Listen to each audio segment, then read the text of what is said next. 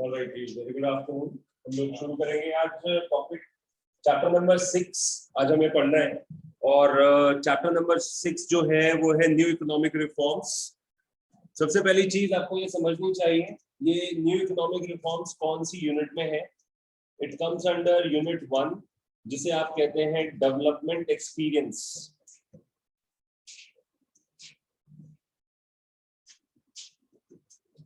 Development experience of Indian economy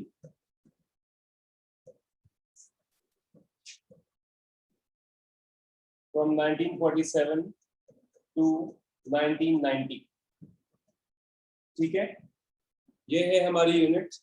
और इसके अंदर आपने जैसे सबसे पहले पढ़ा Indian economy on the eve of independence, यानी 1947 में जब हम आजाद हुए तो हमारे देश का स्टेटस क्या था, ये आपको इस चैप्टर में पढ़ने को मिला।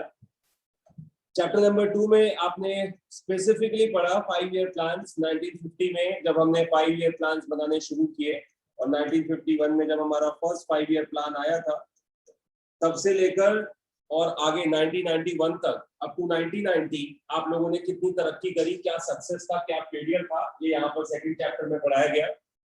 थर्ड चैप्टर में स्पेसिफिक अटेंशन दिया गया एग्रीकल्चरल डेवलपमेंट। ठीक है जी, एग्रीकल्चरल डेवलपमेंट की प्राइमरी सेक्टर को आप कैसे फोकस कर रहे थे, और टाइम पीरियड था 1950 से 1990। साथ में चैप्टर 4 और चैप्टर 5 इंडस्ट्रियल डेवलपमेंट की बात करते हैं। चैप्टर 5 में आप फॉरेन ट्रेड पढ़ रहे थे। जो टाइम पीरियड है वो सेम है 1950 टू 1990। ठीक है, लेकिन 1990 के बाद में जब हमारी कंडीशन बहुत ज्यादा वर्स्ट हो गई थी, तो हमने क्या किया, अपनी इकोनॉमी को रिवाइव करने के लिए कुछ प्लान ऑफ एक्शन तैयार किया, जिस प्लान ऑफ एक्शन को आप कहते थे क्या, न्यू इकोनॉमिक रिफॉर्म्स। अगर आपको याद है तो 1948 में हमने इंडस्ट्रियल एक्ट बनाया था। क्या बनाया था? इंडस्ट्रियल एक्ट, ताकि देश को सेकेंडरी सेक्टर के पार्ट पर मजबूती मिल सके।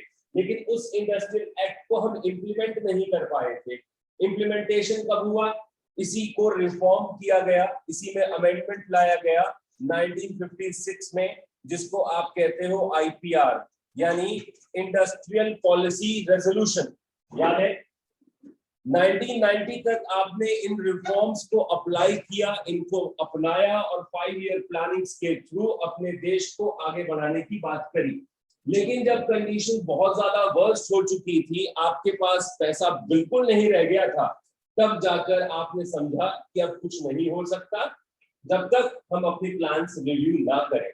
तब जाकर 1991 में, जो कि आपका चैप्टर नंबर 6 है, जो आप यहाँ पढ़ने जा रहे हो, चैप्टर नंबर 6, तब जाकर 1991 में आपने एलपीजी यानी लिबरलाइजेशन, प्राइवेटाइजेशन और ग्लोबलाइजेशन, जिसे आप न्यू इकोनॉमिक रिफॉर्म्स कहते हो या न्यू इकोनॉमिक पॉलिसी कहते हो, इसको अपनाया। ठीक है, तो ये तो रहेगा चैप्टर का जो इंट्रोडक्शन है। अब आते हैं कि रीजन क्या थे, इकोनॉमिक रिफॉर्म्स को अपनाने की वजह क्या थी हमारे साथ में, आपको ये भी समझाता हूँ। सबसे पहली वजह थी poor performance of public sector. आपके जो पब्लिक सेक्टर अंडरटेकिंग्स थी, वो public sector undertakings non performing assets से बेशुमार उसके पास में नॉन परफॉर्मिंग एसेट्स थे। यानी वो इंडस्ट्रीज जो कि पूरी तरह बीमार हैं, जिन पर पैसा लगाया जा रहा है और बदले में मिल रहा है तो सिर्फ एक चीज, दैट इज लॉस। ठीक है, तो ऐसी लॉस मेकिंग आइडेंटिटीज को पहचाना गया और उनको प्राइवेटाइज किया गया। ठीक है, पहला कारण था पब्लिक सेक्टर के कंधों पर देश की डेवलपमेंट का बोझ, और ये बोझ पब्लिक सेक्टर यानी गवर्नमेंट पूरी तरह नहीं उठा पा रही थी। नतीजा लॉस मिल रहा था, और लॉस किसका था समझिएगा, हमारे देश के प्रीशियस जो रिसोर्सेज हैं उनका मिसमैनेजमेंट कहा जा रहा था।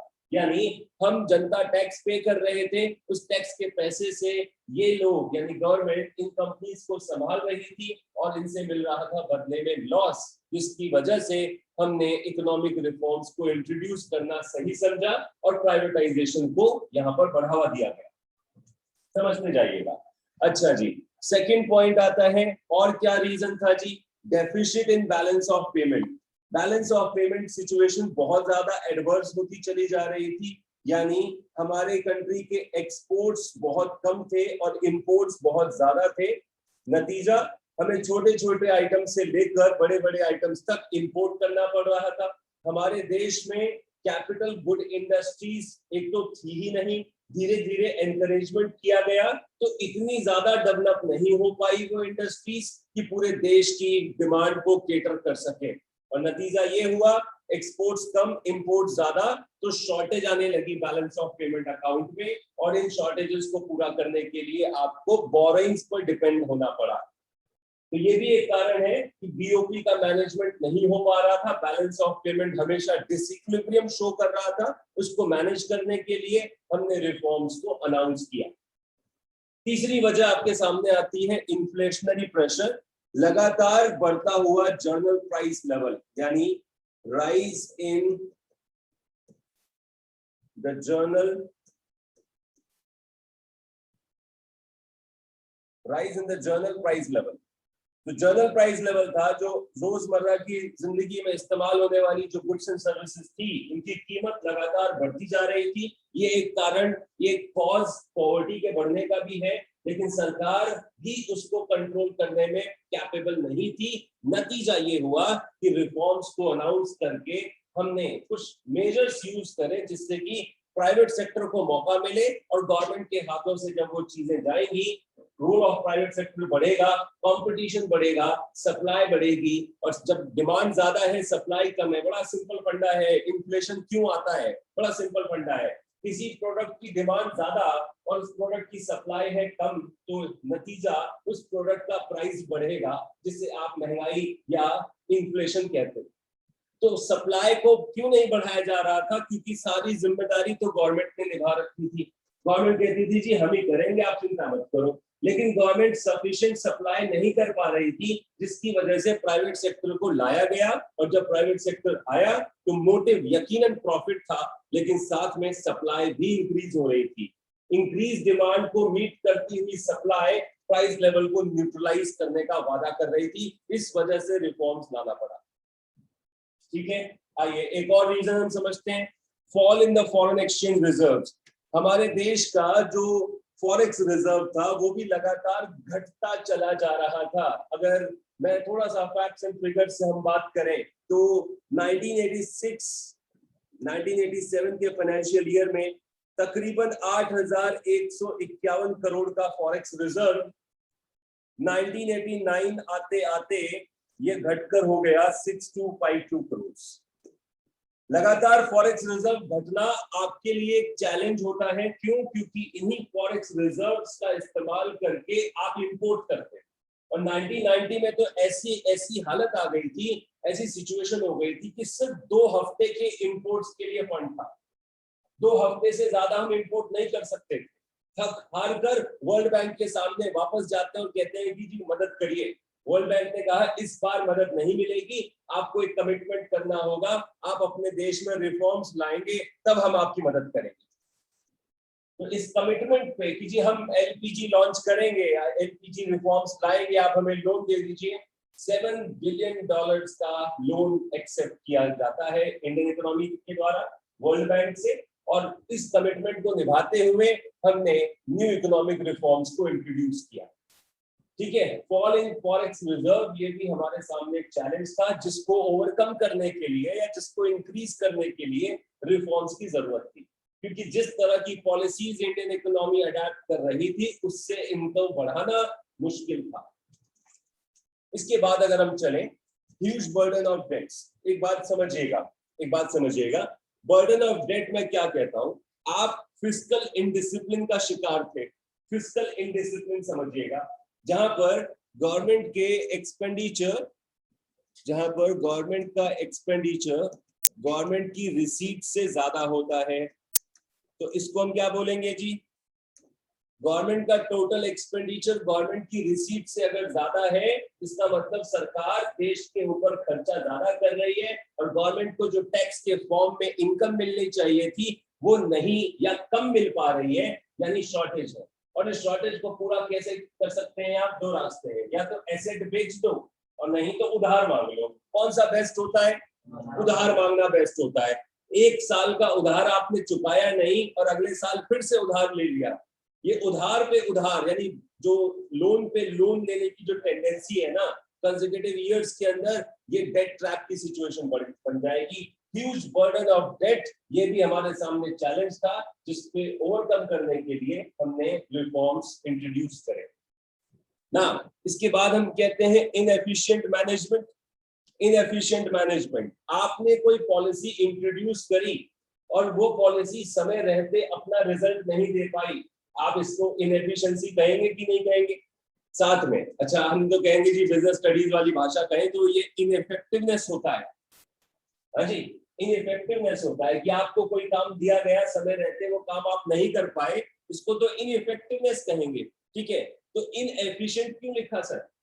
इनएफिशिएंट इसलिए लिखा क्योंकि समय पर पूरा नहीं हुआ, वो तो छोड़िए, रिसोर्सेज भी बर्बाद हुआ है, एट हायर कॉस्ट आप उसको पूरा नहीं कर पा रहे हो, इनएफिशिएंट मैनेजमेंट।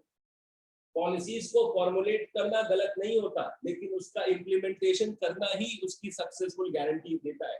सिर्फ पॉलिसी बना लेने से आपको सक्सेस नहीं मिलती। प्लानिंग में पढ़ाया जाता है प्लानिंग डजंट गारंटी सक्सेस, बताया जाता है। बिल्कुल वही चीज है, पॉलिसी फॉर्म कर लेते हो, सोचते हो देश में गरीबी खत्म हो जाएगी, बेरोजगारी की प्रॉब्लम सॉल्व हो जाएगी, ऐसा नहीं होता।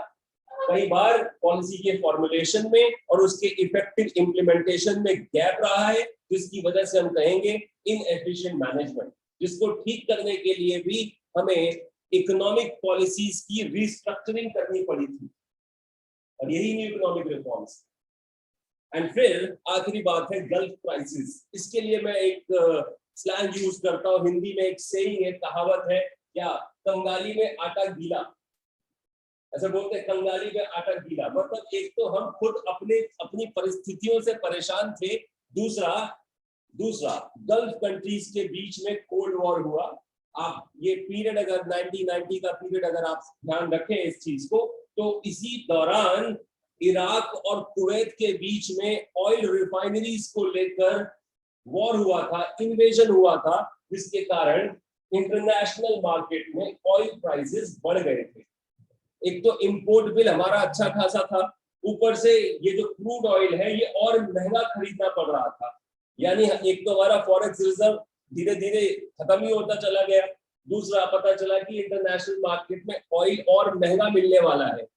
तो ये कारण गल्फ क्राइसिस भी था कि हम इससे कैसे निपटेंगे, इससे कैसे ओवरकम करें। ठीक है, सो ये तो रीजंस बताए गए कि इकोनॉमिक रिफॉर्म्स लाने की वजह क्या थी। अब आइए कि जब आपने इकोनॉमिक रिफॉर्म्स की बात कर ही दी थी, तो इसमें क्या पिलर्स क्या थे? देखिए हमारे सामने दो बड़े चैलेंज थे। हमारी इकोनॉमी की हालत बहुत गड़बड़ है और आने वाला फ्यूचर हमारे आज की इस पॉलिसी पर डिपेंड करता है। दो बातें थी, ठीक है। तो जब हमारे प्लानर्स थे, आपको मैं बताना चाहूंगा उस वक्त की गवर्नमेंट के जो फाइनेंस मिनिस्टर हुआ करते थे, हमारे ex prime minister doctor Manmohan Singh, ठीक है, उस टाइम पर उन्होंने ये पॉलिसी इंट्रोड्यूस करी अपनी प्लानिंग कमीशन के द्वारा। जो मीटिंग तय करी गई थी, उस मीटिंग में बैठकर ये सारी जो रिवीजन थी पॉलिसीज का कि जी हमारे देश में अब तक ऐसा होता चला आया है, लेकिन अब आने वाले देश में इस तरह का बदलाव देखना होगा, इसके लिए हमने रिस्ट्रक्चरिंग करनी शुरू करी। और बेटा इसके दो पिलर बनाए, जिन दो पिलर पर आपकी इकोनॉमी खड़ी होगी। पहला पिलर था कि जो अभी प्रॉब्लम चल रही है उसको ठीक करें, और दूसरा पिलर था कि आने वाला फ्यूचर, आने वाली इकोनॉमी हमारी इस तरह की प्रॉब्लम को फेस ना करे, ऐसा इंतजाम किया जाए। ठीक है, तो अब जो मैंने बड़ा सिंपल भाषा में लेमन्स लैंग्वेज में समझा दिया, इसको थोड़ा टेक्निकल कर लेते हैं। आपके देश की जो शॉर्ट टर्म प्रॉब्लम थी वो थी कि जी महंगाई बहुत ज्यादा है, ठीक है, महंगाई बहुत ज्यादा है, फॉरेन करेंसी का रिजर्व बहुत कम होता जा रहा है, फॉल इन फॉरेक्स, ठीक है। साथ में प्रॉब्लम थी कि बीओपी क्राइसिस हो रहा है जी। बीओपी क्राइसिस मतलब बैलेंस ऑफ पेमेंट की सिचुएशन एडवर्स होती जा रही है। ये थी आपकी शॉर्ट टर्म प्रॉब्लम्स की जो अभी लड़खड़ाई हुई इकोनॉमी है, जो अपने पैरों पर खड़ा नहीं हो पा रही है, ऐसी इकोनॉमी को कैसे ठीक किया जाए। तो बेटा इन छोटी छोटी प्रॉब्लम्स के लिए हमने जो मेजर्स अपनाए उनको कहते हैं क्या? Stabilization measures. स्टेबल हो जाओ, पहले स्थिर हो जाओ, हिंदी में कहते हैं स्थिर हो जाओ, ठीक है। लड़खड़ाई हुई इकोनॉमी, पहले खड़े तो हो जाओ, फिर भागने की बात करना ना। अभी आप खड़े नहीं हो पा रहे हो, भागने की बात कर रहे हो, कैसे भागोगे? तो पहले जो है तो कंडीशन थी उसको ठीक करा, उसके बाद आगे की प्लानिंग करी कि आगे अब क्या होना है। तो उसके लिए हम बोलते हैं स्ट्रक्चरल मेजर, जो कि लॉन्ग टर्म मेजर्स माने जाते हैं, जिसमें हमारा गोल होता है improving the efficiency of the economy. आप जैसा देख सकते हो यहाँ पर, improving the efficiency of the economy और इंक्रीजिंग इंटरनेशनल कंपटीशन। ये आने वाले समय में ये जो प्रॉब्लम चल रही है इसको मिटाना है, खत्म करना है और एक ऐसा प्लेटफॉर्म तैयार करना है जिससे इकोनॉमिक डेवलपमेंट श्योरिटी के साथ होगा। और ये तब हो पाएगा जब हम ग्लोबल मार्केट में अपना इंटीग्रेशन करेंगे और साथ में हम अपनी एफिशिएंसी को बूस्ट करेंगे। ठीक है, तो शॉर्ट टर्म प्रॉब्लम क्या थी बच्चा?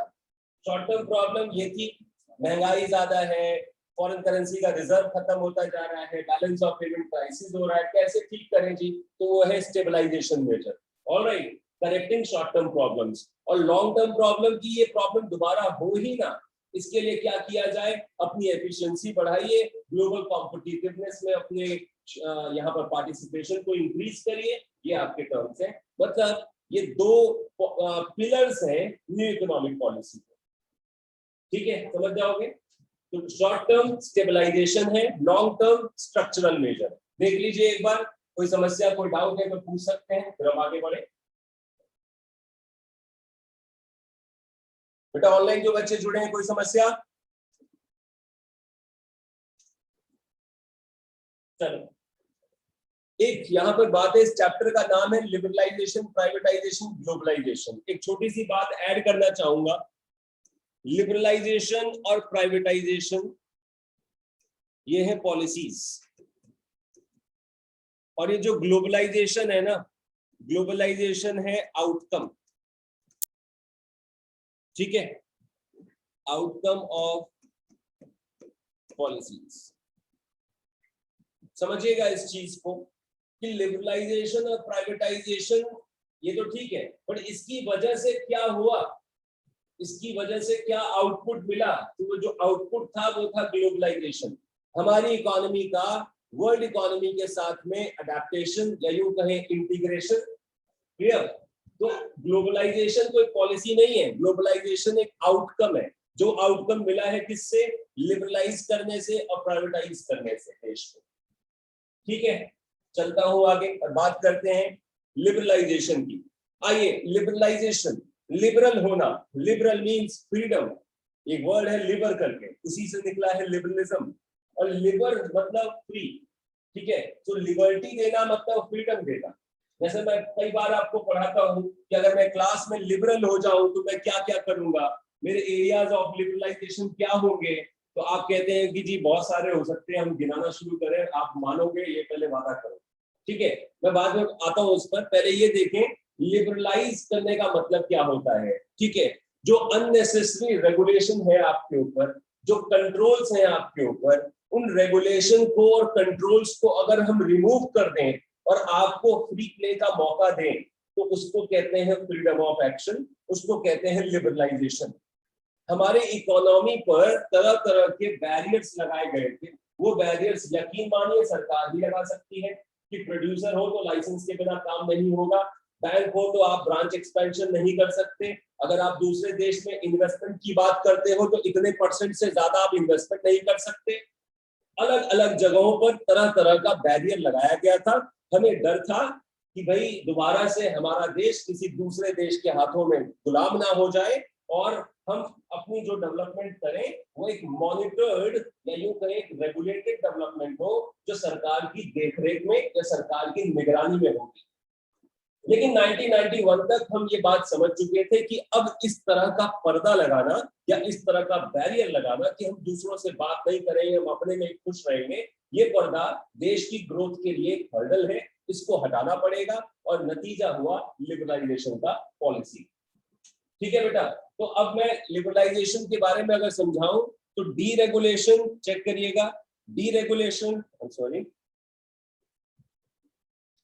deregulation and reduction of government control and greater autonomy to private sector। ठीक है, greater autonomy का मतलब होता है बच्चा फ्रीडम। ठीक है जी, प्राइवेट सेक्टर को मौका दिया जाए और जो रेगुलेशन था उसे खत्म कर दिया जाए, इसको कहते हैं डीरेगुलेशन। मेन चीज है अननेसेसरी बैरियर्स और रिस्ट्रिक्शंस को जो इम्पोज किए गए थे उनको रिमूव कर लेना, सिंपली लिबरलाइजेशन होता है। ठीक है सर, क्या उद्देश्य क्या था, ऑब्जेक्टिव क्या था लिबरलाइजेशन का, ये बताओ। समझिए, लिबरलाइजेशन करके हम ये साबित करना चाहते थे कि हमारे देश का जो इकोनॉमिक पोटेंशियल है, जो हम कर सकते हैं और नहीं कर पा रहे हैं, ठीक है, लिबरलाइजेशन से पॉसिबल होगा। समझिए, अगर आप एक प्रोड्यूसर हो और मैं आपको कहूं कि आप अगर बिजनेस शुरू करो तो लाइसेंस लेकर, ये तो मान जाओगे। फिर मैं कहता हूँ ब्रांच खोलोगे तो लाइसेंस लेना पड़ेगा, कोई नया प्रोडक्ट बनाओगे तो लाइसेंस लेना पड़ेगा। आप कहते हो ठीक है, मेरे को ना ब्रांच खोलनी है ना नया प्रोडक्ट बनाना है, जो मैं हूँ, जितना मैंने जिसका लाइसेंस लिया बस वही करूंगा, जाओ, और कुछ करना ही नहीं है। क्या किया मैंने, आपकी फ्यूचर ग्रोथ को मैंने कॉन्ट्रैक्ट किया, आपकी फ्यूचर ग्रोथ को मैंने यहाँ पर एडवर्सली हैम्पर किया।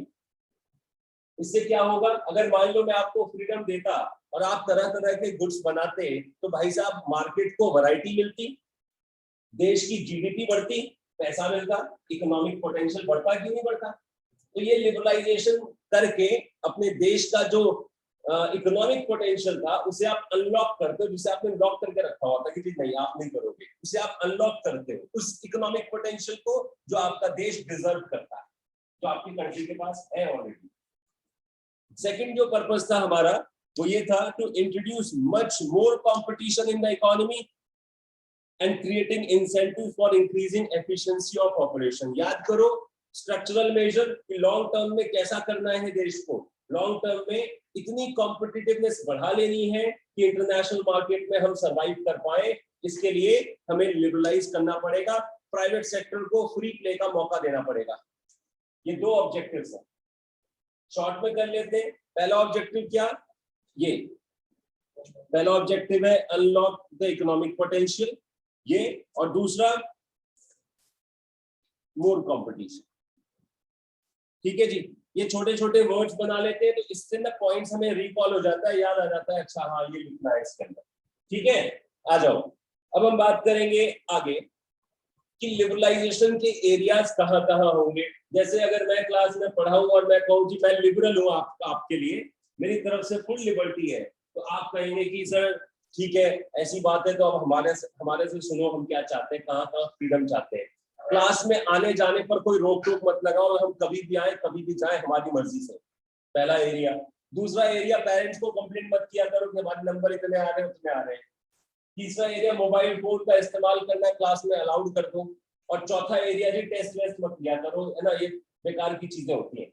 मतलब आपकी एक्सपेक्टेशन है मुझसे कि मैं ये करूं और these are my areas of liberalization, मैं अलाउ करूं आपको। ठीक है, इसी तरह सरकार का जो रवैया था इकोनॉमी के लिए, जब गवर्नमेंट ने कहा जी बताइए कहाँ कहाँ दिक्कत है, कहाँ कहाँ हमने आपको बांध कर रखा हुआ है, कहाँ कहाँ से जो रिस्ट्रिक्शंस है वो हम हटा दें, आप बताइए। तो लोगों ने गिनाना शुरू किया। इंडस्ट्रीज ने बोला जी देखो आपको कुछ सोचना पड़ेगा हमारे बारे में। बैंक कहता है जब पैसा देते हैं तो इन लोगों को पावर मिलती है इन्वेस्टमेंट करने की, हमारे बारे में भी सोचो।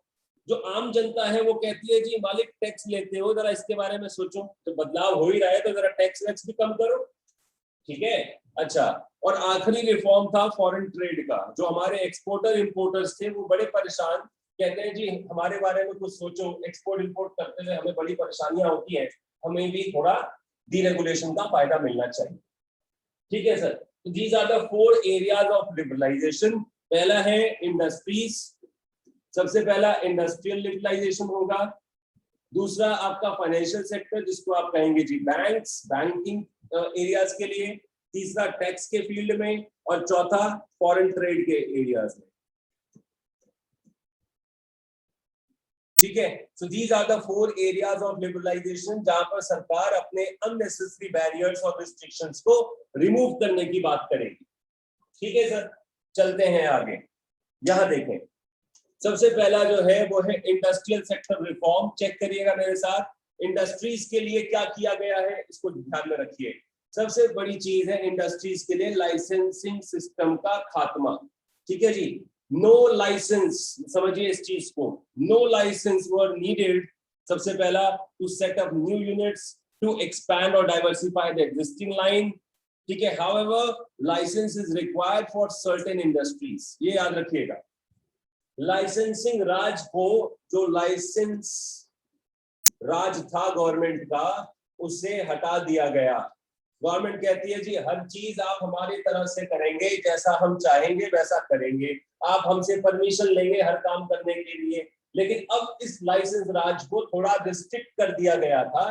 देयर वर सर्टेन इंडस्ट्रीज जिनको लाइसेंस परमिशन की जरूरत थी, बाकी इंडस्ट्रीज के लिए लाइसेंसिंग प्रथा को खत्म कर दिया गया, ठीक है।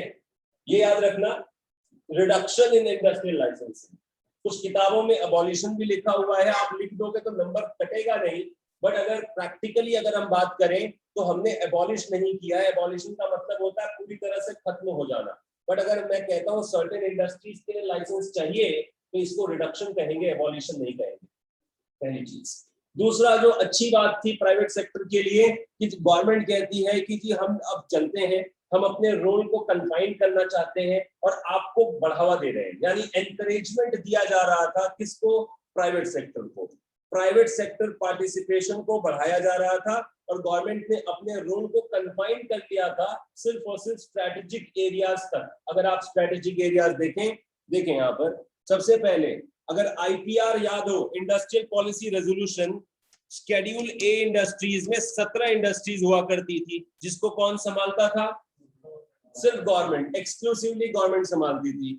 याद करो शेड्यूल बी इंडस्ट्रीज, उसमें 12 इंडस्ट्रीज थी जिसमें गवर्नमेंट और प्राइवेट सेक्टर दोनों मिलकर संभालते थे। याद आ रहा है कुछ? अब गवर्नमेंट ने कहा कि नहीं जी हर जगह हम अपने पैर नहीं फैलाएंगे, प्राइवेट सेक्टर को मौका दिया जाएगा। 17 इंडस्ट्रीज का जो एक्सक्लूसिव कंट्रोल था वो रिस्ट्रिक्ट करके 3 इंडस्ट्रीज तक आ गया है। अब जी इससे ज्यादा, मतलब these are the strategic area जिनको हम कंट्रोल करें। और अब तो गवर्नमेंट धीरे धीरे इसमें भी प्राइवेटाइजेशन की जो स्मेल है ना आनी शुरू हो गई है। तो ये दूसरा फायदा हुआ जी, प्राइवेट सेक्टर को जो एरियाज पहले नहीं मिलते थे, अब गवर्नमेंट सेक्टर ने अपने रोल को पीछे किया और प्राइवेट सेक्टर को एनकरेज करना शुरू किया था, ये अच्छी बात है। तीसरी बात करेंगे, स्मॉल स्केल इंडस्ट्रीज के लिए प्रोडक्ट का रिजर्वेशन किया गया था। 91 में जाकर भी वो लोग कहते थे कि सर बढ़िया चल रहा है, रिजर्वेशन कंटिन्यू करो। लेकिन देखिए कंपटीशन की डिमांड थी, देश में कंपटीशन चाहिए था, and survival of the fittest, जो फिट है वो सर्वाइव करेगा, इस तरह की पॉलिसीज आ रही थी, है ना। हर एरियाज में इस तरह की पॉलिसीज थी। तो बेटा स्मॉल स्केल इंडस्ट्रीज को प्रोटेक्शन की क्या जरूरत है? सर हमें तो जरूरत है ना, देखो हम जो प्रोडक्ट बनाते हैं हमारा लेबर इंटेंसिव वाला प्रोडक्ट होता है, हम तो सर्वाइव ही नहीं कर पाएंगे बड़ी कंपनीज के आगे। सर ये 1 या 2 साल की बात नहीं है, आपको प्रोटेक्शन कब से दिया गया था, कोई बता दो मुझे। सर 1956 में जब हमने आईपीआर लॉन्च किया, 1956 में जब न्यू इंडस्ट्रियल पॉलिसी आती है, इंडस्ट्रियल पॉलिसी रेजोल्यूशन आता है, तब से हम आपको प्रोटेक्ट कर रहे हैं। 35 साल हो गए, अभी भी प्रोटेक्शन चाहिए। तो अब ऐसा नहीं होना है, अब बड़ी कंपनियों को भी बोल दिया गया है यू कैन प्रोड्यूस ये वाले प्रोडक्ट्स जो पहले रिजर्व रखे गए थे स्मॉल स्केल के लिए। ये एक अच्छी बात है भैया, ठीक है। अब वही बात हो जाएगी, आप लेबर इंटेंसिव से बनाओ, हम कैपिटल इंटेंसिव से बनाते हैं प्रोडक्ट, जिसका अच्छी क्वालिटी का होगा, जिसका प्राइस कम होगा, कंज्यूमर जिसके प्रोडक्ट को प्रेफर करेगा वो मार्केट में सर्वाइव करेगा, खत्म होती है बात। गवर्नमेंट ने जो कोई भी कंफ्यूजन था ना कि गवर्नमेंट पैम्पर करेगी, केयर करेगी, ठीक है, गवर्नमेंट कहती है हम पैम्पर करेंगे, बट एसेंशियल एरियाज में, जो नॉन एसेंशियल एरियाज है प्लीज उसको कंपटीशन के हवाले कर दिया जाए, and that's liberalisation. Fourth point अगर मैं आपको समझाऊं तो monopolies and restrictive trade practice act, short में MRTP एक्ट, 1969 में इस एक्ट की शुरुआत करी गई। 1969 में इस एक्ट की शुरुआत करी जाती है और कहा जाता है कि कोई भी बड़ी कंपनी जो प्राइवेट सेक्टर है और अगर वो चाहे कि भाई हर एरिया हम कंट्रोल कर लेंगे और हम मोनोपोली पावर शो करेंगे अपना कि हमारे अलावा और कोई नहीं होगा, आपको हम ही से प्रोडक्ट लेना पड़ेगा, आपके पास कोई चॉइस नहीं है, तो सर ऐसा नहीं होने देंगे। मयंक जाओ बेटा, हम ऐसा नहीं होने देंगे। 1969 में इस तरह का कानून आता है और किसी भी प्राइवेट प्लेयर को अपनी मोनोपोली कंसंट्रेशन से रोका जाता है। कानूनी तौर पर, ठीक है, कि आप ये नहीं कर सकते, ये नहीं कर सकते, ये नहीं कर सकते। अब सोचो जरा इस बात को, जो बड़ी बड़ी कंपनीज है, जो बड़ी कंपनीज है, बड़े स्केल पर काम कर रही हैं, कहते हैं sir we want to diversify our operation, but legally आप हमें रोक रहे हो, ठीक है। ये कहीं ना कहीं आप मतलब ईज ऑफ डूइंग बिजनेस नहीं है। ईज ऑफ डूइंग बिजनेस मतलब हम आसानी से बिजनेस नहीं कर सकते अपने देश में। आप कहते हो भाई ठीक है, हमारे पास कैपिटल है, फंडिंग है, कोई प्रॉब्लम नहीं है, if you want to diversify the operation, आपको लगता है कि हम अपनी इकोनॉमिक पावर बढ़ा रहे हैं, लीगली आपने हमें रोक दिया, सर हमें काम ही नहीं करना, जाओ। अब बड़ी बड़ी कंपनी अगर ऐसा रवैया अपनाते हैं तो हमारे देश की जीडीपी पर भी असर पड़ता है। गवर्नमेंट ने इस बात को समझा और इसी एमआरटीपी एक्ट को 1991 में जाकर रिलैक्स किया। पूरी तरह से खत्म नहीं किया गया बेटा, ध्यान से सुन लो, पूरी तरह से खत्म नहीं किया गया, रिलैक्सेशन दिया गया कि अगर डाइवर्सिफाई करना है, एक्विजिशन या मर्जर दिखाना है तो आप उसको एक्सेस कर सकते हो, वो चीजें अलाउ कर दी गई, ठीक है। और एक और एडिशनल इंफॉर्मेशन दे दूं मैं आप लोगों को, इसी एमआरटीपी एक्ट को आज की डेट में हम कंपटीशन एक्ट के नाम से जानते हैं, कंपटीशन एक्ट 2002, सही है। अब आइए आखिरी बात जो इंडस्ट्रीज के लिए अच्छी बात थी वो मैं बताता हूं, freedom to import capital goods. याद करिए हमारे देश ने एक वो जमाना भी देखा है जब आपके पास में पैसा है लेकिन आप दूसरे देश से मशीनरी नहीं खरीद सकते, खरीदोगे तो गवर्नमेंट आपसे बहुत ज्यादा टैक्स वसूलती थी और आप उसके बावजूद खरीद रहे थे कि कोई बात नहीं हम टैक्स दे देंगे आपको, तो आपको ये बोल दिया गया था कि इतनी यूनिट से ज्यादा नहीं खरीद सकते आप। याद है, टैरिफ एंड कोटा लगा दिया गया था आपके ऊपर। क्यों भाई? कि made in India machine try करो, ये बेस्ट है हमारा, डोमेस्टिक प्रोड्यूसर एनकरेज होगा। सर डोमेस्टिक प्रोड्यूसर को एनकरेज करने के चक्कर में अपना बिजनेस बंद करवा बैठे कुछ लोग। मशीन नहीं आ रही है प्रॉपर, सही मशीनरी नहीं मिल रही है, गवर्नमेंट इम्पोज कर रही है, इस तरह से बिजनेस करना भारी हो गया था। क्लियर? तो अब यहाँ पर 1991 में इस बात को समझते हुए हमने कहा ठीक है यार, अब it's like sufficient time period जा चुका था, डोमेस्टिक इंडस्ट्रीज को इंटरनेशनल कंपटीशन में धीरे धीरे सर्वाइव करना आ चुका था। अब हमने अलाउ कर दिया कि आपको जिस कंट्री से मशीन मंगानी है आप मंगा सकते हैं, कोई बैरियर नहीं है। तो freedom to import capital goods. तो भैया 5 जगह थी इंडस्ट्रीज के लिए खुशखबरी की बात करें, इंडस्ट्रीज को जो लाइसेंस की जो रिक्वायरमेंट रहती थी काफी हद तक हटा दी। दूसरा, प्राइवेट सेक्टर को बढ़ावा मिलने लगा। तीसरा, यहाँ पर स्मॉल स्केल इंडस्ट्रीज के जो प्रोडक्ट का रिजर्वेशन, कि भैया बड़ी कंपनी बड़ा सेटअप लगा के बैठा है, उसको आपने लिस्ट बना दी, लिस्ट थमा दी थी पहले, क्या ये पढ़ ले बेटा, कहते हो अच्छा ये इतने सारे आइटम है, हाँ मैं बनाऊंगा इसको। गवर्नमेंट कहती है ध्यान से पढ़ो, लिखा है कि आप नहीं बनाओगे।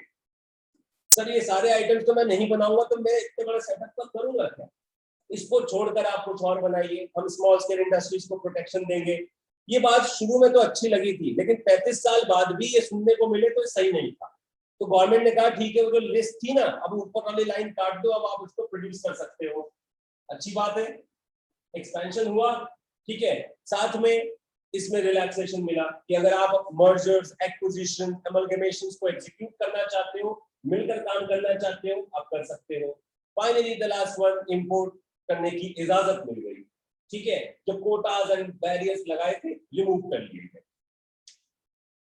चलिए कोई डाउट है तो पूछ सकते हैं। इंडस्ट्रियल सेक्टर रिफॉर्म, प्लीज, मैं क्या बता रहा था, एरियाज ऑफ लिबरलाइजेशन पहला हमने खत्म कर लिया। अब हम पढ़ेंगे फाइनेंशियल सेक्टर रिफॉर्म। आइए, फाइनेंशियल सेक्टर में बैंक्स की बात आती है। सर उस जमाने में भी और आज के जमाने में भी जो रेगुलेटर था हमारा बैंकिंग सेक्टर का, वो था आरबीआई, यानी central bank, reserve bank of India. Regulator उस टाइम भी था और आज भी है, लेकिन पता है थोड़ा सा फर्क था। उस जमाने में आरबीआई सिर्फ एक मॉनिटर का रोल प्ले करता था, वो सिर्फ देखने के लिए कहता था जी मेरी पॉलिसीज हैं, ये आपको मानना पड़ेगा। सर किसी कॉमर्शियल बैंक को अगर कोई प्रॉब्लम आ रही थी, फाइनेंशियल क्राइसिस से गुजर रहा था, तो उसकी मदद नहीं करता था, कहता है जी मेरे को ये अथॉरिटी नहीं है, आप बैंक चला रहे हो, आप जानो, आपका काम जाने। भाई मेरी बात माननी पड़ेगी। जैसा जैसा मैं कह रहा हूँ वैसा वैसा करना पड़ेगा। आपने वैसा वैसा किया, यार कोई प्रॉब्लम आएगी तो मैं उसको डील करूंगा ना, लेकिन नहीं, वो मेरा काम नहीं है। बस मेरी बात माननी है, नहीं मानोगे तो मैं पेनल्टी लगा दूंगा। ये कौन सी बात हुई? इसीलिए सबसे पहला जो चेंज लाया गया था वो आरबीआई के रोल में लाया गया था। आरबीआई पहले था रेगुलेटर, ठीक है। अब आरबीआई को हमने रेगुलेटर प्लस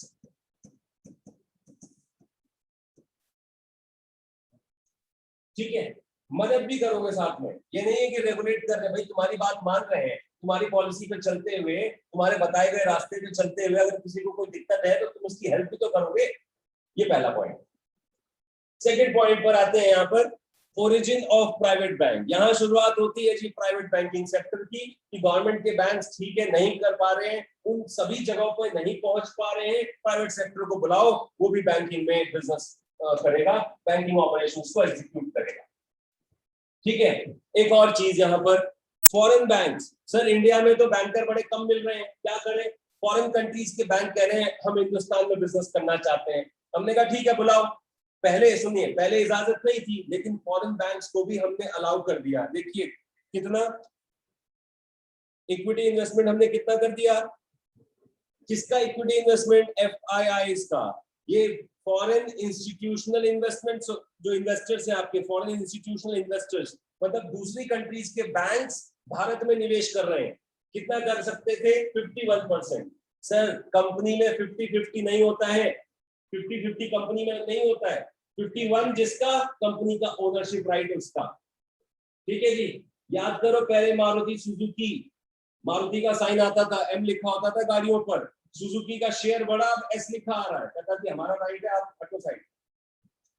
ठीक है, मारुति बोलते हैं, इंडिया में बोलते हैं मारुति तो रख लो उसको, समझ गए, लेकिन सिंपल हमारा चले। तो वही वाली बात है भाई, जिसका शेयर ज्यादा वो अपने राइट्स ज्यादा दिखाएगा, ओनरशिप कंट्रोल उसके बाद ज्यादा होगा, ये चीज।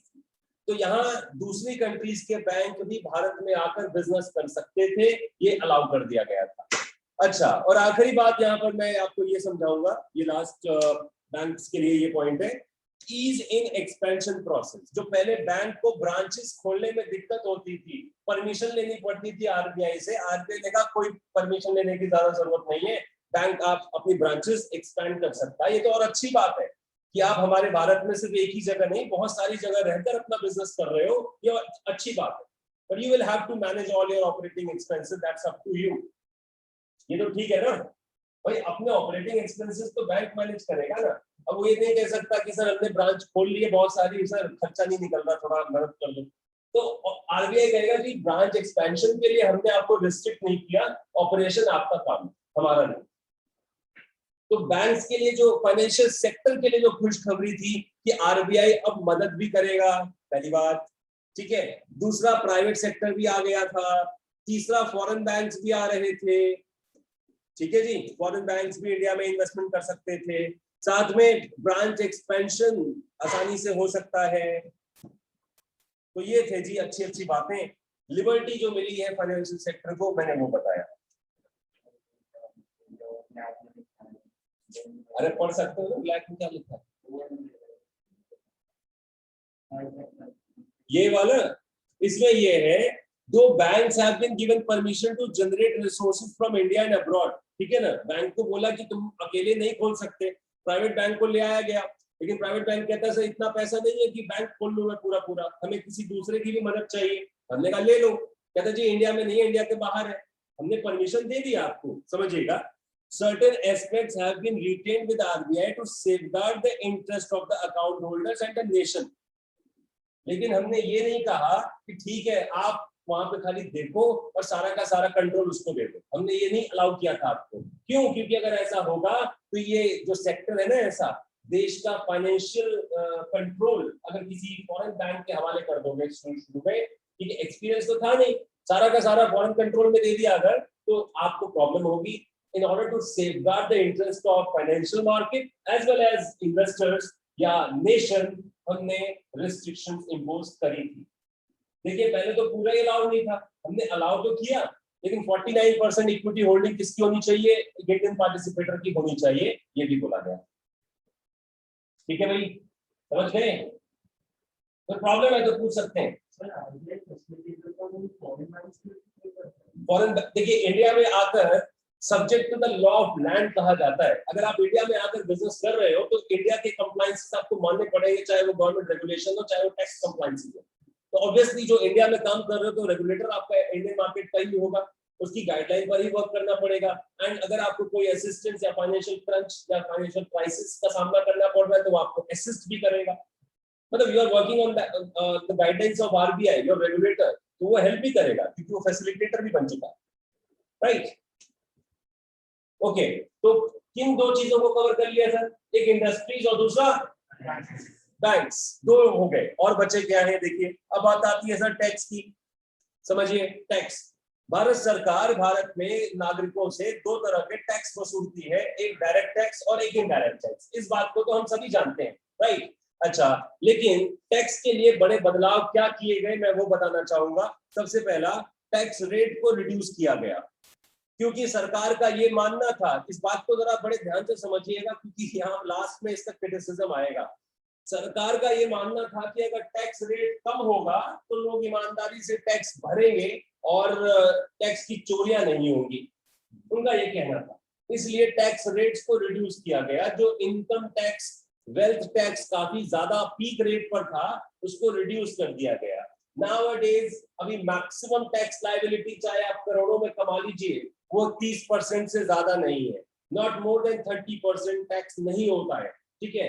एक जमाना हमारे देश में एक दो फाइनेंशियल ईयर ऐसे भी गए हैं 97% इनकम टैक्स का स्लैब रखा गया था। 97%, मतलब 100 रुपए में से 97 रुपीज आप टैक्स दोगे, 3 रुपए अपने पास रखोगे। एक 1970s के दो फाइनेंशियल ईयर की घटना है।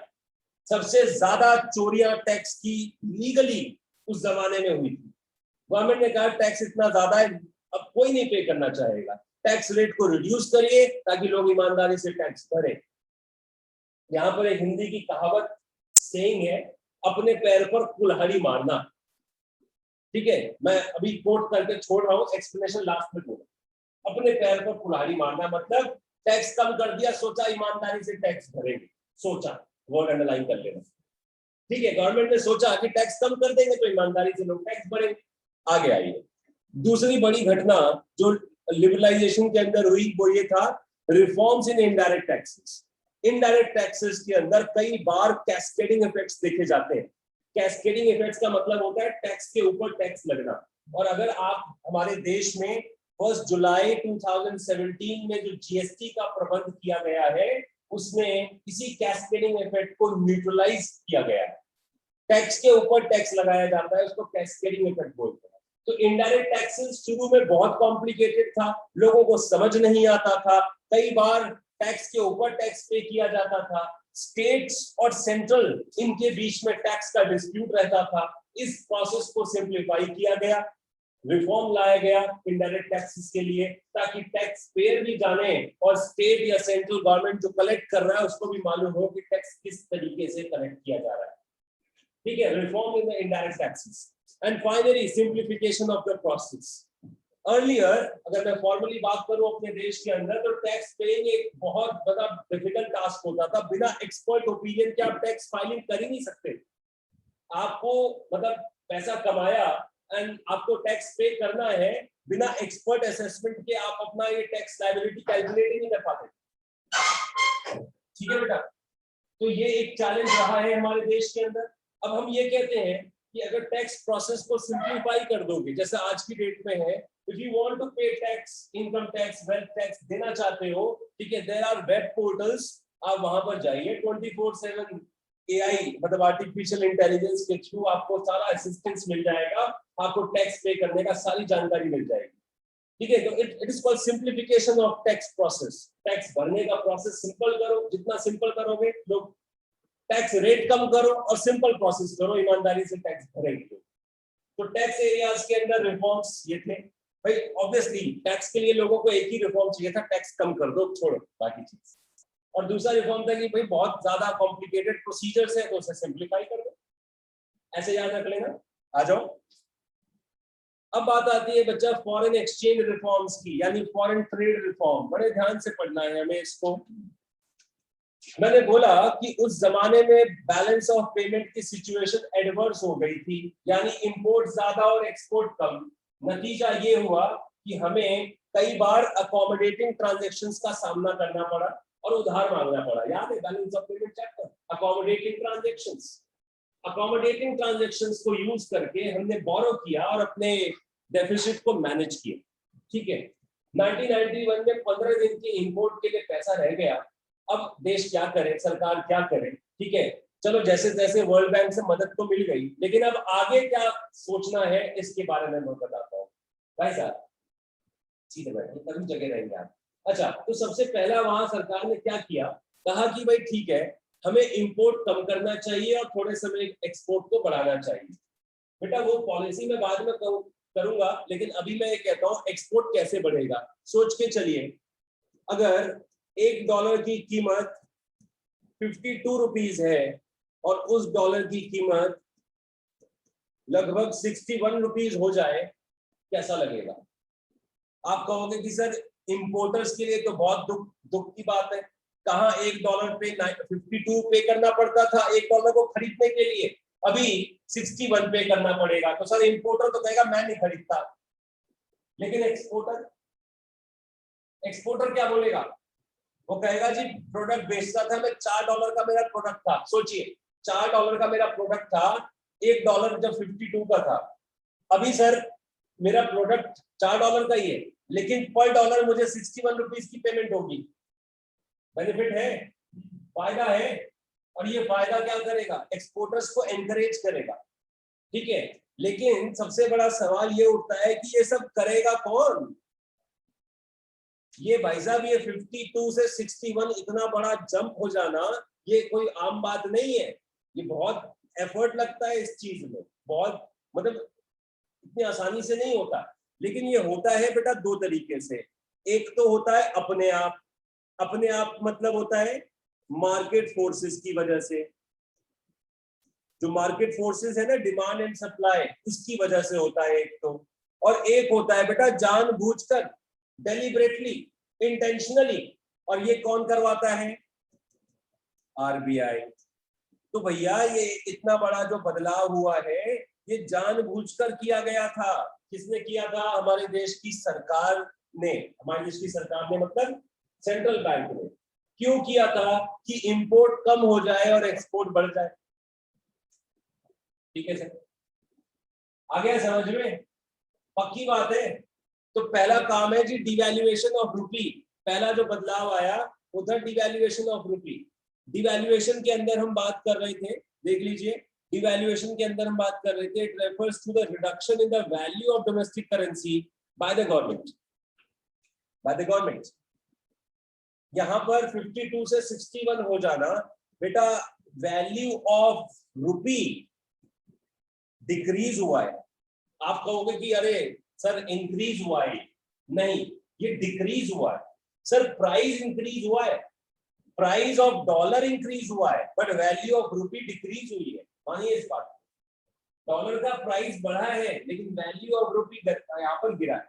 और ये अपने आप नहीं हुआ है, जानबूझकर हुआ है। अपने आप होता तो मैं डेप्रिसिएशन बोलता, और ये जानबूझकर हुआ है, इसीलिए मैंने इसको क्या बोला? डिवैल्यूएशन बोला। ठीक है, तो ये पहला लिबरलाइजेशन टूल है। सेकंड देखिए क्या हुआ, market determination of exchange rate. आप एक बात मैं यहाँ पर बताता हूँ आपको,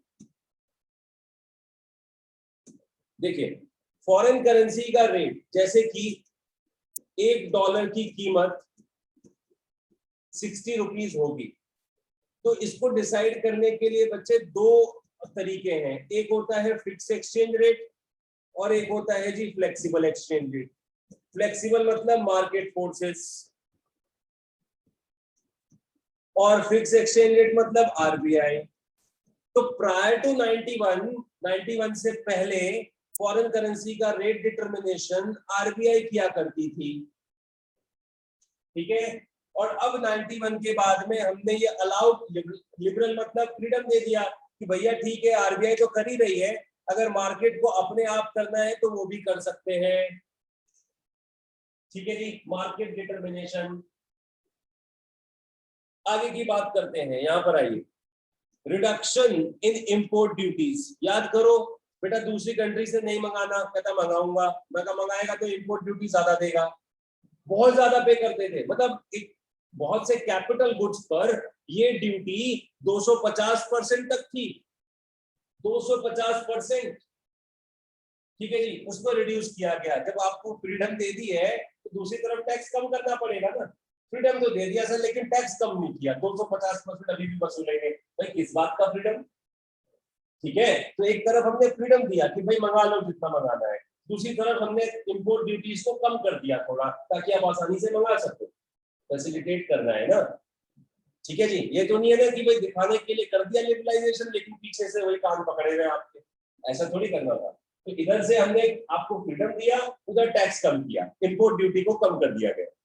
अच्छा भाई, lastly relaxation in import licensing system. Sir licence Raj जा चुका था, है ना, लेकिन ये इंपोर्टर बनना चाहते हो, इंपोर्टर मतलब कि मैं विदेशों से सामान खरीदूंगा और इंडिया में बेचूंगा, परमिशन लेना पड़ेगा, इसके लिए लाइसेंस लेना पड़ेगा। बिजनेस स्टडीज में पढ़ाया जाता है बच्चों को, बिजनेस स्टडीज में 11th क्लास में पढ़ाया जाता है डॉक्यूमेंट्स रिक्वायर्ड इंपोर्ट लाइसेंस के लिए, एक्सपोर्ट लाइसेंस के लिए, प्रोसीजर वगैरह, राइट।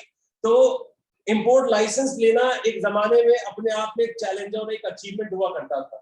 ठीक है जी, इस लाइसेंसिंग प्रोसेस को सिंपल किया गया ताकि फॉरेन ट्रेड को हम फैसिलिटेट कर सकें। ठीक है भाई, विदेशों से खरीद फरोख्त करते हो तो इसमें आपको हेल्प क्या कर रही है सरकार? पहला, करेंसी का डिवैल्यूएशन कर दिया ताकि एक्सपोर्ट बढ़ सके। दूसरा, फॉरेन करेंसी का रेट डिटर्मिनेशन आप मार्केट फोर्सेस से कर सकते थे।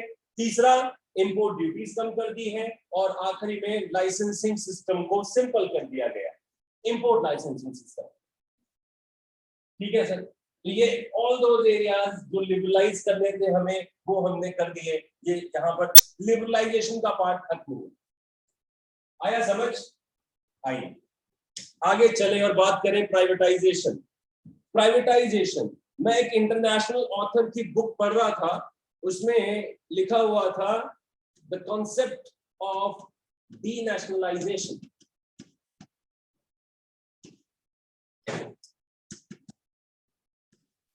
The concept of denationalisation. मैंने कहा ये क्या है, पढ़ना चाहिए मुझे। जब मैंने पढ़ा, तीसरी लाइन में मुझे समझ आ गया कि तो प्राइवेटाइजेशन कर रहे हैं। सोचिए, जब सारी चीजें गवर्नमेंट के पास है, गवर्नमेंट कंट्रोल कर रही है, गवर्नमेंट से नहीं हो पा रहा, नॉन परफॉर्मिंग एसेट्स बढ़ते जा रहे हैं, गवर्नमेंट क्या करे? चुपचाप उन यूनिट्स को जो लॉस मेकिंग है उनको उठाकर प्राइवेट सेक्टर के हवाले कर देती है। जो पहले नेशनलाइज था, नेशनलाइजेशन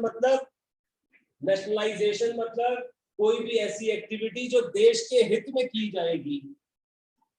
फिर से, कोई भी ऐसी एक्टिविटी जो कंट्री के वेलफेयर के लिए की जाएगी, नेशनलाइजेशन के अंदर आती है, उसी को खत्म कर रहे हो आप। अब वो एक्टिविटी होगी अपने हित के लिए, देश के हित के लिए नहीं। अपना हित मतलब प्रॉफिट, क्योंकि प्राइवेट सेक्टर आएगा तो प्रॉफिट मोटिव। तो अभी तक देश के लिए हो रहा था, गवर्नमेंट कर रही थी, अब ये बेचा जा रहा है उन लोगों को जो अपने हित के लिए बिजनेस करें। इसी को प्राइवेटाइजेशन कहा गया।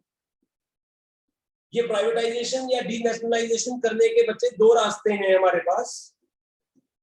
एक होता है कि पूरा नहीं जी, थोड़ा थोड़ा माइनॉरिटी से, इतना ज्यादा नहीं। और एक होता है सोच समझ कर, की बड़ा सोचा समझा हमने, तब जाकर ये फैसला लिया है, तब जाकर ये स्ट्रैटेजी बनाई है। और स्ट्रैटेजिकली, ठीक है एक सेकंड रुको, एक तो माइनॉरिटी सेल हो गया और एक स्ट्रैटेजिकली हमने कुछ यूनिट्स को बेचा है, जिसको आप स्ट्रैटेजिक सेल कहते हैं। देखिए होता क्या है, कंपनी होती है गवर्नमेंट के पास में, कुछ कंपनीज में गवर्नमेंट को लगता है कि यार देखो पूरा बेचना सही नहीं है, थोड़ा सा पैसा मिल जाएगा, काम हो जाएगा। मैं आपको ऐसे समझाता हूँ इसको। देखिए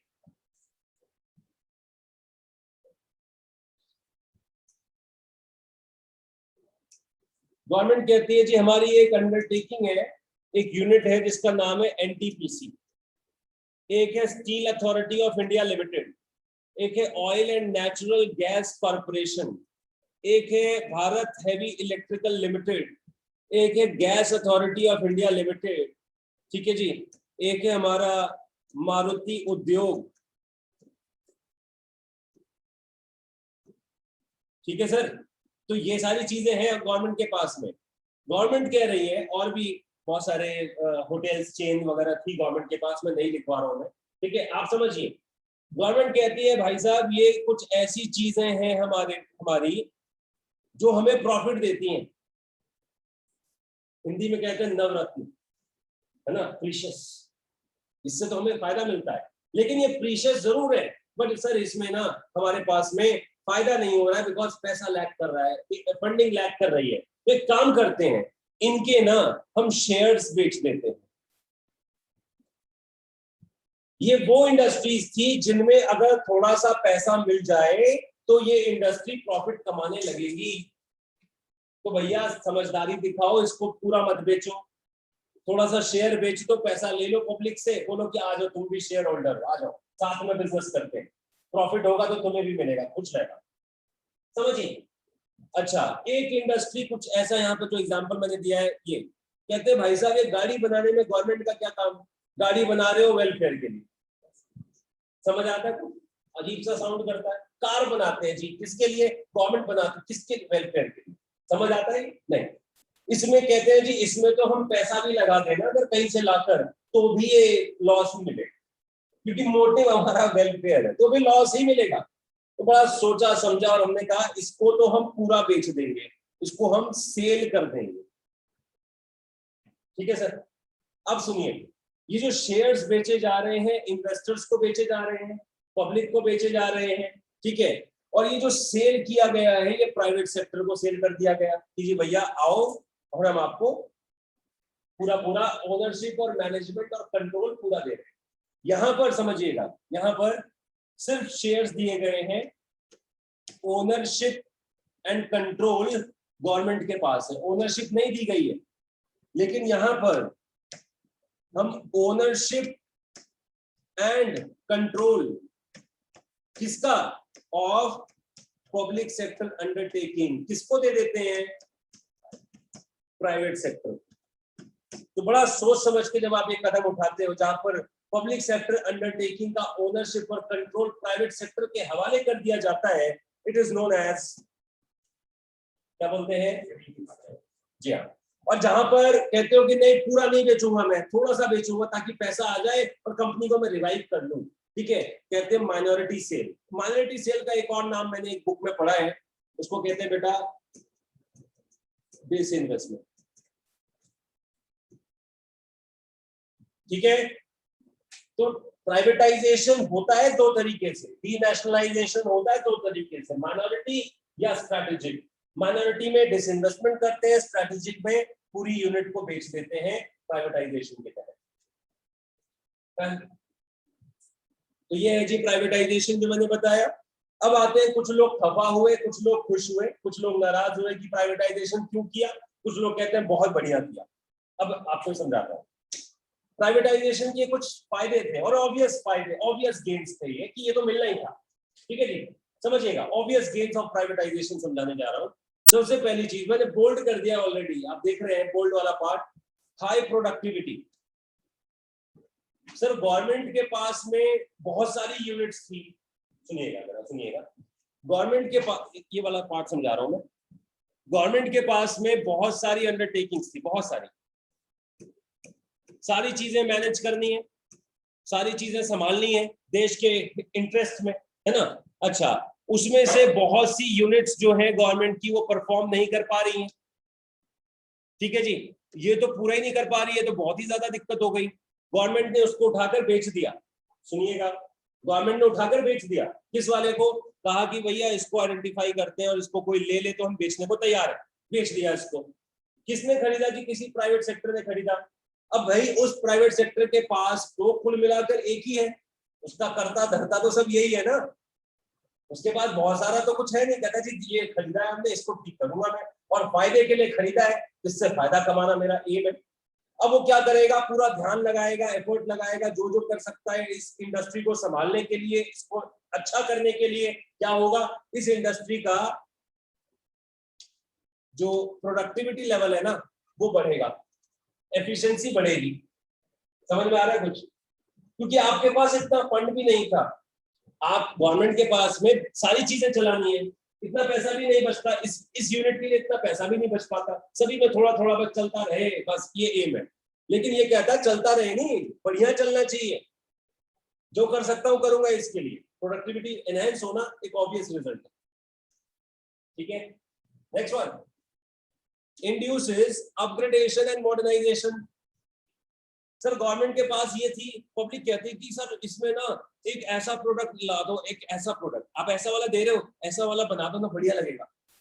गवर्नमेंट कहती थी चुप, जो मिल रहा है चुपचाप कंज्यूम करो, ज्यादा डिमांडिंग मत बनो। ठीक है, हमारे पास नहीं है इतना पैसा फालतू का कि तुम्हारे ये भी करे वो भी करे, जो मिल रहा है गवर्नमेंट दे रही है, वेलफेयर के लिए दे रही है, कंज्यूम करो। प्राइवेट सेक्टर कहता है हाँ जी बताएं क्या करें आपके लिए, तो पब्लिक कहती है सर ये वाला बना दो, मतलब बढ़िया है ना, ये वाला भी बनाएंगे आपके लिए, उसको प्रॉफिट चाहिए सर। अब क्या था, ये ऐसा प्रोडक्ट भी बनने लगा और ऐसा प्रोडक्ट भी बनने लगा, क्या हुआ, डाइवर्सिफिकेशन, मॉडर्नाइजेशन। कहते जी इसमें ना और बेहतर कर दो इसको, और बेहतर कर दो इसको, कहता करेंगे जी, प्राइस बढ़ा दिया और बेहतर कर दिया, सर ये भी बना दो। फिर कुछ दिनों बाद कहते हैं सर ऐसा प्रोडक्ट ले आओ, करेंगे जी। इंड्यूसेस अपग्रेडेशन एंड मॉडर्नाइजेशन, क्योंकि मैंने कहा ना गवर्नमेंट के पास तो बहुत सारी चीजें हैं, इसके पास तो अकेला ही है। समझिए अगला point, it promotes diversification also, ये बात मैंने यहाँ पर समझाई है। अपग्रेडेशन मॉडर्नाइजेशन एग्जिस्टिंग का, और एक और यूनिट खोल लिया, डाइवर्सिफिकेशन। समझे आप? बेटा ऑनलाइन जो बच्चे मेरे साथ जुड़े हैं, स्पेशली पूछ रहा हूं मैं, क्योंकि वीडियोस ऑन नहीं है आप लोगों की, मैं आई कांटेक्ट नहीं कर पा रहा हूं, तो आप बताइए अगर कोई प्रॉब्लम है समझने में। पहला, प्रोडक्टिविटी बढ़ेगा, एग्जिस्टिंग यूनिट को मॉडर्नाइज किया जाएगा टाइम टू टाइम, और डाइवर्सिफिकेशन को बढ़ावा मिलता है, डाइवर्सिफिकेशन एनकरेज होता है यहाँ पे। ठीक है, एक लास्ट पॉइंट कहता है it promotes consumer sovereignty. Sir sovereignty मतलब, सोवरेनिटी का मतलब होता है कि जी कंज्यूमर सुप्रीमेसी। गवर्नमेंट क्या बोलती थी कंज्यूमर को, भाई चुप हो जाओ, जो मिल रहा है चुपचाप कंज्यूम करो, ज्यादा डिमांडिंग ना बनो।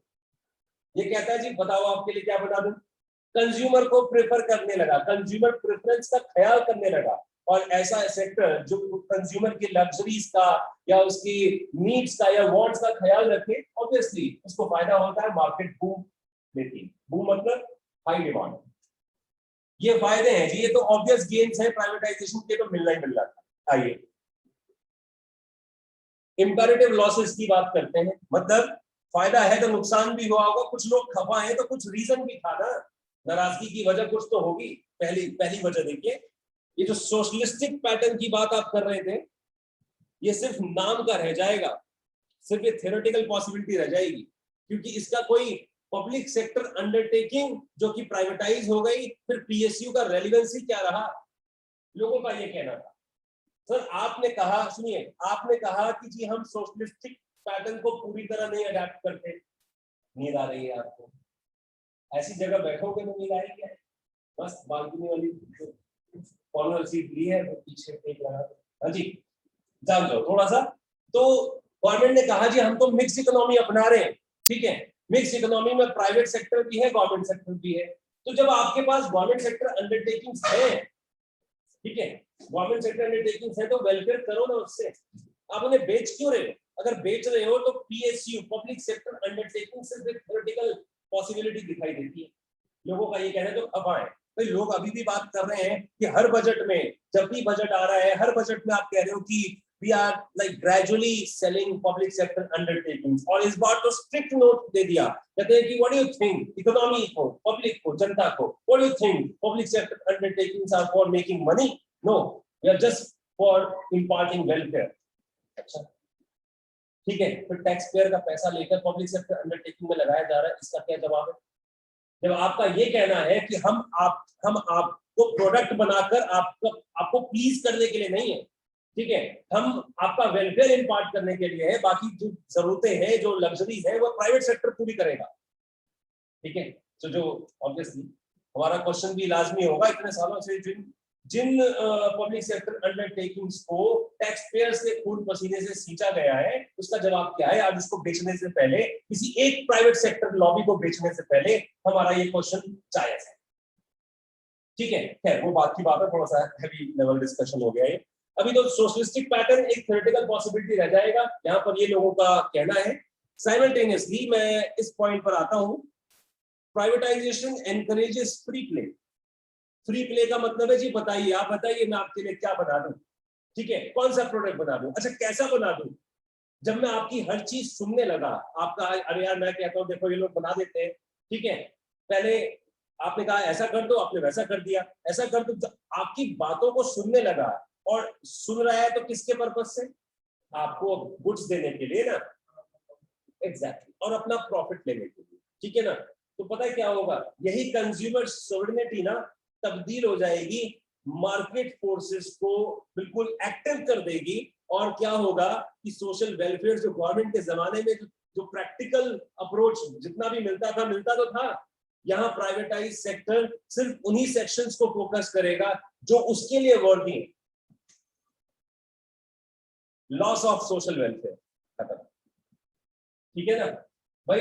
मैं बताओ मैं क्या बना दूं, अच्छा ये बना दो तो पैसा लगेगा उसका, सीधी बात है।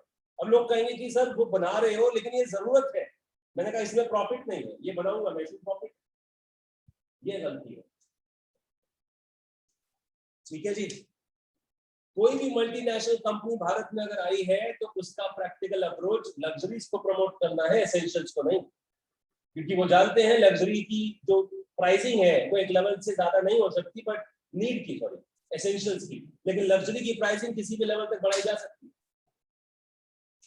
आइए ग्लोबलाइजेशन करते हैं, प्राइवेटाइजेशन कर लिया, लिबरलाइजेशन कर लिया, अब उसका असर देश में दिखाई देने लगा है, ठीक है। पहले इंडिया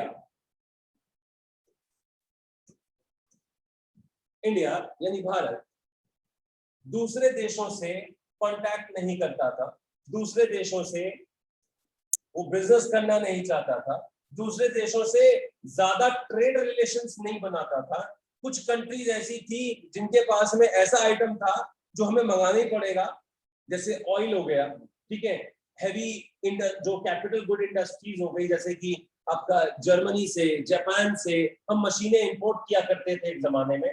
तो ऐसी कंट्रीज से हमारे रिश्ते थे, बहुत ज्यादा एग्रेसिव रिलेशंस नहीं थे हमारे कि भाई हम बहुत ज्यादा सोशलिस्टिक होकर कि अच्छा हम ट्रेड रिलेशंस को मजबूत करेंगे, नहीं, ऐसा नहीं था। हमने ना बैरियर्स लगा रखे थे, ये कंट्री कहती थी जी हमारे पास आपके लिए बहुत बढ़िया बढ़िया प्रोडक्ट है, हम कहते थे नहीं भाई साहब नहीं, ठीक है। हमारे देश का एक प्लेयर कहता था जी मैं तो इस कंट्री को बेचना चाहता हूँ, हमने कहा नहीं नहीं नहीं, ठीक है, क्यों, हमें डर था कि हमारा जो फ्रीडम है, चाहे इकोनॉमिकली चाहे पॉलिटिकली, कहीं हम दोबारा खो ना बैठे, इसलिए रिस्ट्रिक्शंस लगाई गई थी, ठीक है।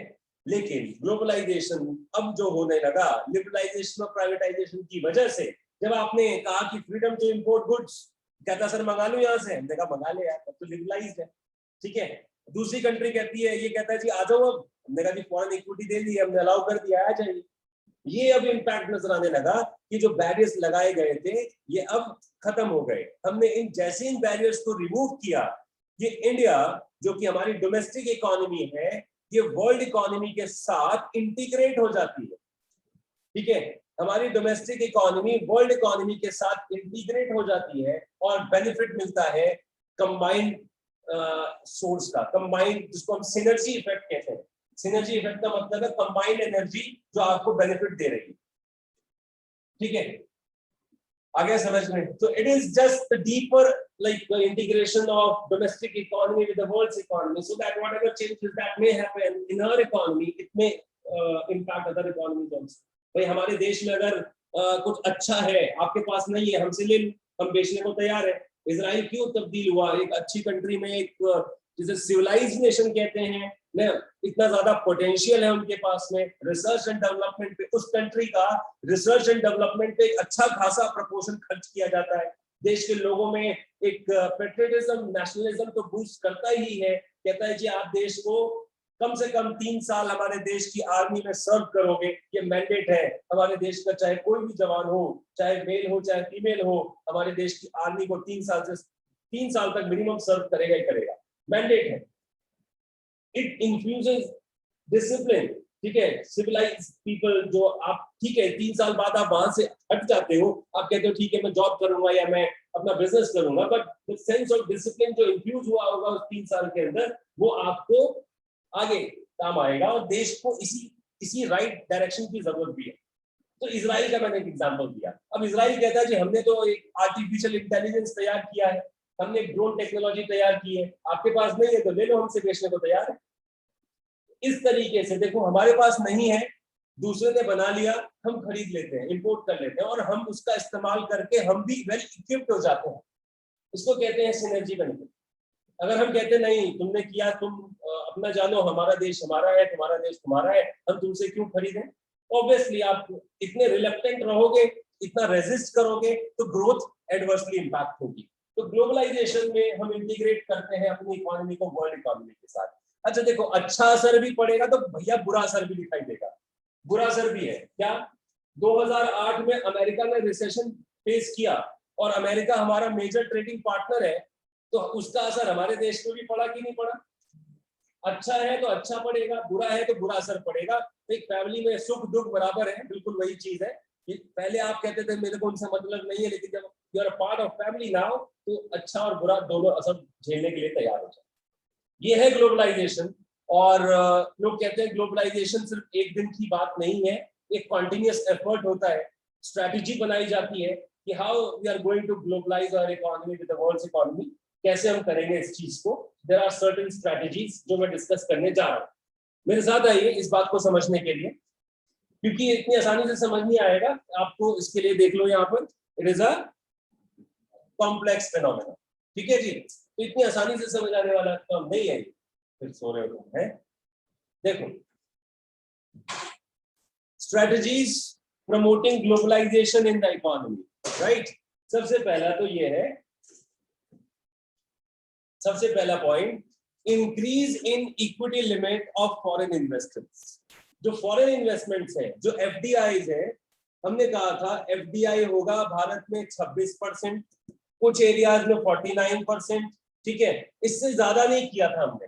अभी सर हमने इस लिमिट को बढ़ाकर, इस एफडीआई लिमिट को बढ़ाकर 51%, 74% और कुछ एरियाज में 100% के ब्रैकेट में इसको रखा। ठीक है जी, ये चेंज है, ये स्ट्रैटेजी है कि एफडीआई जो हमने ब्लॉक कर रखा है, फॉरेन इन्वेस्टमेंट हमने ब्लॉक कर रखा है, उसको हम फ्री प्ले का मौका देंगे। ये पहली स्ट्रैटेजी थी हमारी। ठीक है, अभी आप इस बजट में एक खासियत आपने अगर नोट करी हो, तो जो इंश्योरेंस सेक्टर है हमारे देश में, उसके अंदर जो फॉरेन कंपनीज हैं, फॉरेन इन्वेस्टमेंट्स हैं, वो 49% तक था, अब हो गया है सर 74%।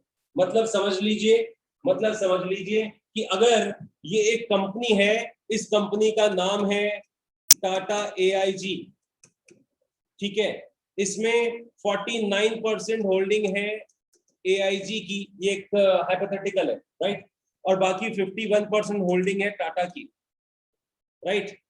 तो अब अगर गवर्नमेंट ने अलाउ कर दिया कि sir you can have equity limit up to 74%, अब एआईजी टाटा को कहता है कि सर हम अगर अपना इक्विटी लिमिट बढ़ाना चाहें तो क्या आप अलाउ करोगे? ऑब्वियसली ये जॉइंट वेंचर है, तो ऑब्वियसली इसमें सजेशन होता है, इसमें पार्टिसिपेशन दोनों का होता है।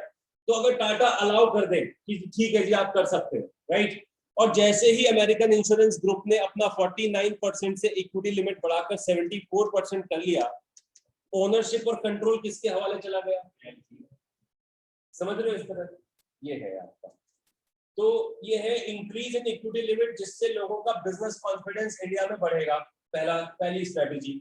दूसरी स्ट्रेटेजी है बच्चा पार्शियल कन्वर्टिबिलिटी। पार्शियल कन्वर्टिबिलिटी को समझने के लिए आपको बैलेंस ऑफ पेमेंट समझना पड़ेगा। बेटा बैलेंस ऑफ पेमेंट में कितने अकाउंट होते हैं? करंट और कैपिटल अकाउंट होते हैं बेटा, बहुत बढ़िया। करंट अकाउंट की ट्रांजैक्शंस मैं बता देता हूँ, करंट अकाउंट की ट्रांजैक्शन जल्दी जल्दी लिख देता हूं मैं। एक्सपोर्ट एंड इंपोर्ट ऑफ,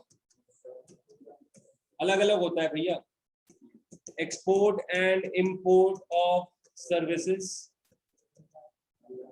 ठीक है, यूनिलैटरल ट्रांसफर्स, फैक्टर ट्रांजैक्शंस, ठीक है जी, यही होता है, ये मिलाकर बनता है करंट अकाउंट, राइट है। और एक होता है जी आपका कैपिटल अकाउंट। कैपिटल अकाउंट में वो ट्रांजैक्शंस आती हैं जो कंट्री के एसेट्स और लायबिलिटीज को अफेक्ट करती हैं, यानी इन्वेस्टमेंट की बात करूं, ठीक है, लोन एंड एडवांसेस की बात करूं, एक्सेट्रा, ये ट्रांजैक्शंस कैपिटल अकाउंट में आती है, ठीक है।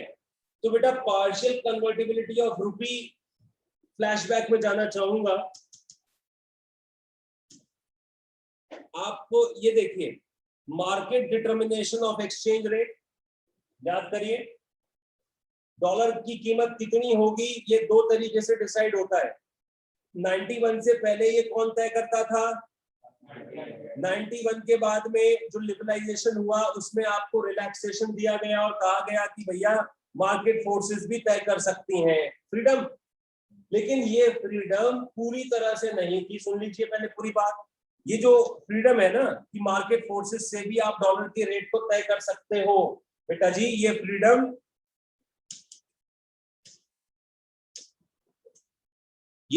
सिर्फ करंट अकाउंट के लिए थी, और इसीलिए इसको बोलते हैं पार्शियल कन्वर्टिबिलिटी, ठीक है, समझ गए आप?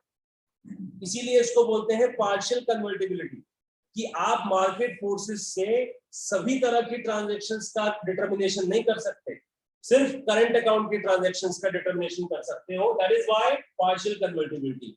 लेटर ऑन हमारे देश में फुल कन्वर्टिबिलिटी हुआ, और फुल कन्वर्टिबिलिटी में करंट अकाउंट के साथ क्या आ गया? कैपिटल अकाउंट, जिसमें दोनों तरह के अकाउंट्स के लिए मार्केट फोर्सेस से रेट डिटर्मिनेशन हो सकता है। समझ आ गई मेरी बात? तो भैया ये देखो पार्शियल कन्वर्टिबिलिटी वही समझा रखा है जो मैंने अभी आपको बताया। तीसरी स्ट्रेटेजी हमारी आई थी लॉन्ग टर्म ट्रेड पॉलिसी बनाना। लॉन्ग टर्म ट्रेड पॉलिसी में जिस भी तरह के कंट्रोल्स एंड रिस्ट्रिक्शंस इंपोज करी गई थी फॉरेन ट्रेड पर, उनको रिमूव करने की बात करी गई, ठीक है। Long term trade policy relations बनाना था भाई, ये नहीं है, ये 1 या 2 साल की बात नहीं है, ये कॉन्टिन्यूअस एफर्ट है, लंबे समय तक रिश्ते बरकरार रखने हैं ट्रेड रिलेशंस, तो आपको अननेसेसरी रिस्ट्रिक्शन और बैरियर खत्म करना पड़ेगा, ठीक है भाई। आ जाओ, रिडक्शन इन टैरिफ, टैरिफ को रिड्यूस किया गया था, याद है मैंने कहा था तो इंपोर्ट ड्यूटी कुछ कैपिटल, सभी पे नहीं, कुछ कैपिटल गुड्स पर इंपोर्ट ड्यूटी इतनी थी, कैपिटल गुड मतलब मशीन्स, इसको कम कर दिया गया, ठीक है, कुछ पर 125%, कुछ पर 100%, मतलब रिड्यूस कर दिया गया, समझ आइए। और कंज्यूमर गुड्स पर by the year and 2007 consumer goods पर इंपोर्ट ड्यूटी तो 10% कर दिए, खाली 10%, सोचो। अच्छा, तो रिडक्शन इन टैरिफ, एबॉलिशन मत लिख देना, आपको लगता है खत्म ही तो हो रहा है, नहीं, रिडक्शन मतलब कम हो रहा है, एबॉलिशन मतलब साफ। आ जाओ, आखिरी साफ क्या हो गया था? विड्रॉल ऑफ क्वांटिटेटिव रिस्ट्रिक्शन, क्या बोलते हैं बेटा? कोटास यहाँ पर खत्म कर दिए गए थे कि आपको जो आपके ऊपर जो बैरियर इंपोज था कि इतनी यूनिट से ज्यादा नहीं खरीद सकते, अब नहीं था, वो उसको विड्रॉ कर लिया गया, ठीक है। ये है जी 5 आपकी strategies in order to promote globalisation. कुछ पूछना है तो पूछ लो, कुछ बताना है तो बता दो जी। हाँ जी, आ गया समझ? चलो फिर आगे, बढ़िया। Changes made by the globalisation, जो ग्लोबलाइजेशन हुआ तो उसका असर क्या हुआ? असर, चेंज, इंपैक्ट, ठीक है। तो इंपैक्ट में देखिए, सबसे पहला ऑटोमेटिक परमिशन दे दी गई थी फॉरेन डायरेक्ट इन्वेस्टमेंट को, ठीक है, up to 51%, automatic permission. FDI 51% तक करना है, बिना किसी परमिशन के कर लो, इससे ज्यादा इक्विटी लिमिट है अगर तो आपको परमिशन लेना पड़ेगा। ऑटोमेटिक परमिशन का मतलब बिना पूछे काम करो। अगर रिसर्च एंड डेवलपमेंट करना है टेक्नोलॉजी एग्रीमेंट्स में, तो 1 करोड़ तक की रिसर्च के लिए, ठीक है, रिसर्च एंड डेवलपमेंट और टेक्नोलॉजी एग्रीमेंट्स के लिए, आपको कितना, 1 करोड़ रुपए तक का अगर रिसर्च करना है तो इस पे कोई परमिशन की जरूरत नहीं है, ऑटोमेटिक परमिशन दे दी गई है कि आपकी कंपनी इंडियन कंपनी है, आप कहते हैं जी मैं किसी फॉरेन कंपनी के साथ मिलकर मैं टेक्नोलॉजिकल एग्रीमेंट करना चाहता हूं कि ये टेक्नोलॉजी मुझे देंगे और मैं इनकी टेक्नोलॉजी इस्तेमाल करूंगा। सर 1 करोड़ रुपए तक का अगर टर्म है, 1 करोड़ रुपए तक की पेमेंट होनी है, तो इसमें कोई परमिशन की जरूरत नहीं है। अमाउंट इससे ऊपर जाएगा तो उसमें परमिशन चाहिए होगा। यार उस जमाने में 91 में 1 करोड़ रुपए भी एक डिसेंट अमाउंट था, समझिए इस चीज को। तो गवर्नमेंट ने कहा ठीक है, अगर आप कहते हो कि आपके पास टेक्निक नहीं है, आप जर्मनी से फॉरेन टेक्नोलॉजी एग्रीमेंट कर रहे हो और उसके लिए आपको पैसा देना है, तो 1 करोड़ रुपए तक के लिए फ्री, परमिशन फ्री मतलब कोई परमिशन की जरूरत नहीं है।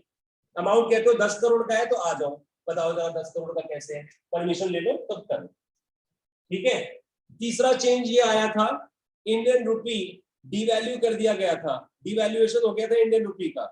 कितना, क्यों क्यों क्यों? एक्सपोर्ट बढ़ सके और इंपोर्ट घट सके, ठीक है, इसके लिए हमने इंडियन रुपी का 20% डिवैल्यूएशन कर दिया था। ये बात मैंने अभी आपको बताई थी। अच्छा जी, आगे देखिएगा बेटा, नेक्स्ट वन आगे। द यूनियन बजट 92-93 में जो यूनियन बजट आया था, इंडियन रुपी को पार्शियली कन्वर्टिबल किया गया। ये बात मैंने पढ़ाई अभी पढ़ाई ना, पार्शियल कन्वर्टिबिलिटी, ठीक है। और जो अगले साल का बजट आया उसमें उसी पार्शियल कन्वर्टिबिलिटी को पूरा कर दिया गया, यानी फुल कन्वर्टिबल कर दिया गया रुपी को 93-94 में, ठीक है जी। पार्शियल कन्वर्टिबिलिटी और फुल कन्वर्टिबिलिटी में कंफ्यूज नहीं होने का, देख लो यहां पर। पार्शियल कन्वर्टिबिलिटी मतलब सिर्फ करंट ट्रांजैक्शंस, करंट अकाउंट की ट्रांजैक्शंस के लिए मार्केट फोर्सेस यानी डिमांड सप्लाई से करेंसी रेट का डिटर्मिनेशन होगा कि डॉलर की कीमत कितनी है, डिमांड सप्लाई तय करेंगे। किस कौन से ट्रांजैक्शंस के लिए? करंट अकाउंट की। इसको क्या बोलेंगे? Partial convertibility. और सभी प्रकार की ट्रांजैक्शंस के लिए डिमांड सप्लाई अगर रेट तय कर सकते हैं वो है फुल कन्वर्टिबिलिटी। तो 90, अगर मैं यहां पर आ जाऊं 92 के बजट में हमने पार्शियल कन्वर्टिबिलिटी किया, 93 के बजट में हमने इसको फुली कन्वर्टिबल कर दिया। चेंजेस गिना रहा हूं मैं और कुछ नहीं। अच्छा, हमने इसके बाद में देखिए रिमूव कर लिए जितने भी रिस्ट्रिक्शंस और कंट्रोल थे एक्सटर्नल ट्रेड के ऊपर, हमने पूरी तरह से रिमूव कर लिए और मार्केट फोर्सेस को अलाउ कर दिया गया। भाई देखो, पीछे जो स्ट्रेटजी बनाई थी वो स्ट्रेटजी इंप्लीमेंट हुई ना, और जब इंप्लीमेंट हुई तो उसका क्या असर पड़ा वो बता रहा हूं मैं, क्या इंपैक्ट आया वो बताया जा रहा है। अगला लास्ट पॉइंट इसमें चेक करिए, custom duties has been reduced from 250% to 10% in 2007-8। ये बातें पढ़ा चुका हूं शायद, अभी बताया था ना मैं। भाई जो मशीनरीज वगैरह थी उस पर 250% की कस्टम ड्यूटी चार्ज होती थी, उन पे चार्ज करने वाली कस्टम ड्यूटी कम हुई, और कंज्यूमर गुड्स पर तो ये 10% तक आ चुकी है। 10% 2007-8 तक 10%, सोचिए। आइए, आउटसोर्सिंग किसे कहा जाता है, ठीक है, आउटसोर्सिंग। और वर्ल्ड ट्रेड ऑर्गेनाइजेशन क्या है, उसके फंक्शंस क्या है नॉर्मल।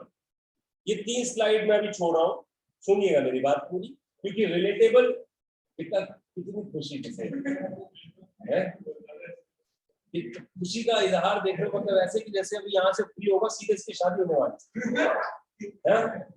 तो 3 स्लाइड क्या छुड़वा दी है, देखो बच्चे के चेहरे पे खुशी। मैं बता रहा हूँ यहाँ पर अप्रेजल, क्योंकि आउटसोर्सिंग और WTO इसमें एक अलग से एडेड टॉपिक है, ठीक है।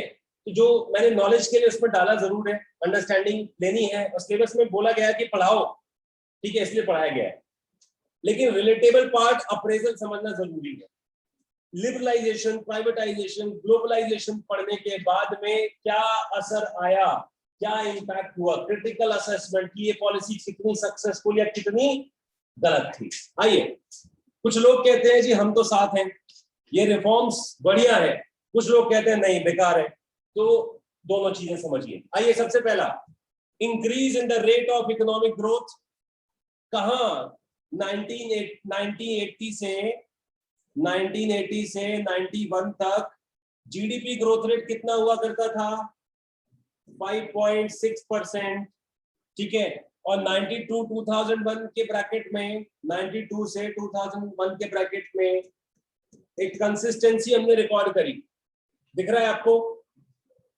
ठीक है। दूसरा positive impact, inflow of FDI, foreign direct investment जो है वो इंक्रीज हुआ। अगर आप ये नहीं याद रख सकते डेटा तो आप समझिए, आप बस इतना याद रख लेना कि ये इंक्रीज हुआ है। एफडीआई बहुत से सेक्टर्स में इंक्रीज हुआ था। डेटा कहता है 1991 में देखिए यूएस डॉलर कितना,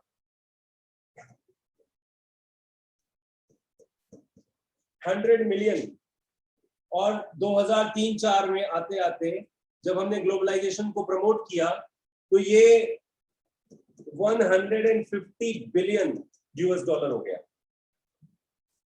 यानी एफडीआई इंक्रीज हुआ है हमारे ग्लोबलाइजेशन स्ट्रेटजीज की बदौलत। तीसरी बात अगर हम करें, जब हमने डिवैल्यूएशन किया, इंपोर्ट कम हुआ और एक्सपोर्ट बढ़ा। इसका नतीजा ये हुआ कि फॉरेन करेंसी का रिजर्व हमारे देश में बढ़ने लगा। अगर आप नहीं याद रख सकते कि कितना बढ़ा तो आप बस इतना याद रख लेना, लास्ट ईयर ही, ठीक है, लास्ट ईयर ही India jump to the 3rd rank in foreign currency reserve. ठीक है, 3rd प्लेस पर आ गया, 6th प्लेस पर था और ये जंप लेकर 3rd प्लेस पर आ गया जब हमने मेडिकल इक्विपमेंट्स का एक्सपोर्ट करना शुरू किया। फॉरेन करेंसी रिजर्व हमारा बढ़ा और 3rd प्लेस पर हम आ पहुंचे। ठीक है, एक अच्छा असर और राइज इन एक्सपोर्ट, ये तो मैंने बताया था, डिवैल्यूएशन हुआ था उसकी वजह से एक्सपोर्ट बढ़ गया। एक्सपोर्ट किन चीजों का बढ़ा है वो याद रखना है, auto parts, engineering goods, IT software, textile, इन चीजों का एक्सपोर्ट बहुत तेजी से बढ़ा है। कंट्रोल ऑन इन्फ्लेशन, समस्या थी ना, रिफॉर्म क्यों लॉन्च किया था याद करो जी, इन्फ्लेशन है, इन्फ्लेशन बढ़ रहा है इसकी वजह से। तो इन्फ्लेशन को हमने धीरे धीरे कंट्रोल कर लिया है क्योंकि गवर्नमेंट के पॉलिसी मेजर्स ऐसे हैं कि देश में डिमांड सप्लाई जो इम्बैलेंस होता था उसको हमने क्योर किया है। डिमांड ज्यादा, सप्लाई कम, प्राइस बढ़ेगा, तो हमने सप्लाई बढ़ाने का फैसला कर लिया। कैसे? प्राइवेटाइजेशन से। ठीक है जी। अच्छा, इसके बाद increase in the role of private sector, ये बात तो लाजमी है। जब हमने लाइसेंसिंग सिस्टम को खत्म किया, रिमूव कर दिए अननेसेसरी रिस्ट्रिक्शंस, तो प्राइवेट सेक्टर एनकरेज हुआ बिजनेस करने के लिए, ईज ऑफ डूइंग बिजनेस मिलेगा, देश में इन्वेस्टमेंट बढ़ेगा, ये बात कॉमन है। कुछ पूछना है इन पॉइंट्स में से तो बताइए। हाँ जी,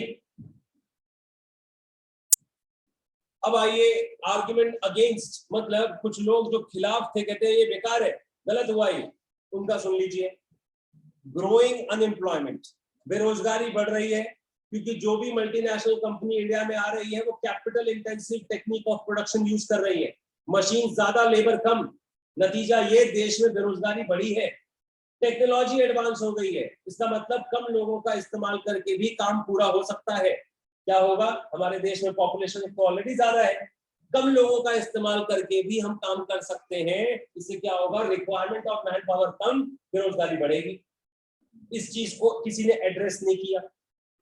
दूसरी प्रॉब्लम, कोई भी मल्टीनेशनल ऑर्गेनाइजेशन अगर भारत में प्रवेश करता है, एंटर करता है, तो वो या तो मैन्युफैक्चरिंग सेक्टर को हिट कर रहा था या सर्विस सेक्टर को हिट कर रहा था। एग्रीकल्चर सेक्टर नेग्लेक्टेड था, किसी भी मल्टीनेशनल कंपनी ने एग्रीकल्चर प्रोडक्शन को बढ़ावा नहीं दिया।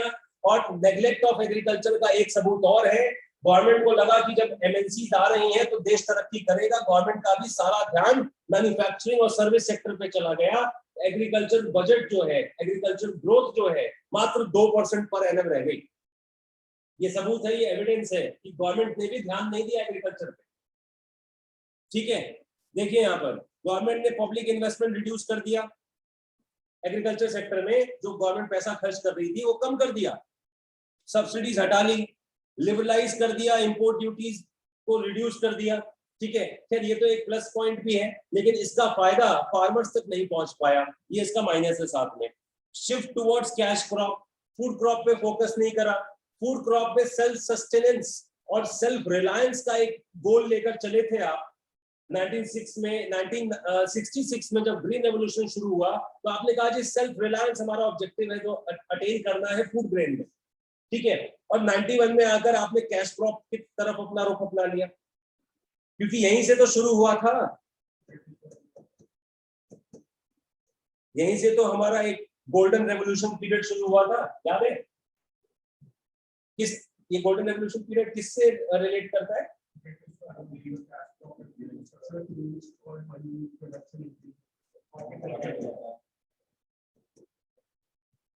ठीक है, तो ये सबूत है जी। एग्रीकल्चर सेक्टर पे ध्यान नहीं दिया किसी ने, राइट। आगे बात करेंगे low level of industrial growth. आपने सारी चीजें करी, ठीक है। देखो यहाँ पे industrial growth recorded slow down due to the following reason. Imported goods cheaper हो गए, लैक ऑफ इंफ्रास्ट्रक्चर फैसिलिटी। आपने मल्टीनेशनल्स तो बुला लिए अपने देश में, electricity, transportation, communication, banking, insurance, warehousing, इनकी सुविधाएं नदारद थी। नदारद मतलब थी ही नहीं, जहां थी तो वो इनएडिक्वेट या इनसफिशिएंट थी, समझिए। अच्छा, non tariff barriers by the developed countries, इसका भी सामना करना पड़ा। आपने उन लोगों को तो भारत ने बुला लिया कि आओ देखो इंडिया में बिजनेस करो, राइट। लेकिन जब आप उनके देश में बिजनेस करने गए तो आपको तरह तरह के बैरियर्स का सामना करना पड़ा कि बीइंग अ डेवलपिंग कंट्री आप उनकी कंट्रीज में कुछ ट्रांजैक्शंस ही कर सकते थे, सभी ट्रांजैक्शंस के लिए आपको अलाउ नहीं किया गया था। इसको कहते हैं नॉन टैरिफ बैरियर्स। टैरिफ नहीं लगा रहे हो, कहते हैं कि टैक्स तो इतना ही है लेकिन आप कर ही नहीं सकते, हमारी पॉलिसी है। इसको कहते हैं नॉन टैरिफ बैरियर। आर्टिफिशियल जो आर्बिट्रेशन है आपके ऊपर इंपोज करी जा रही है। इनइफेक्टिव डिसइन्वेस्टमेंट पॉलिसी, ये देखिए इनइफेक्टिव डिसइन्वेस्टमेंट पॉलिसी समझिएगा जरा, यहाँ पर ये मजेदार है, देखो जरा।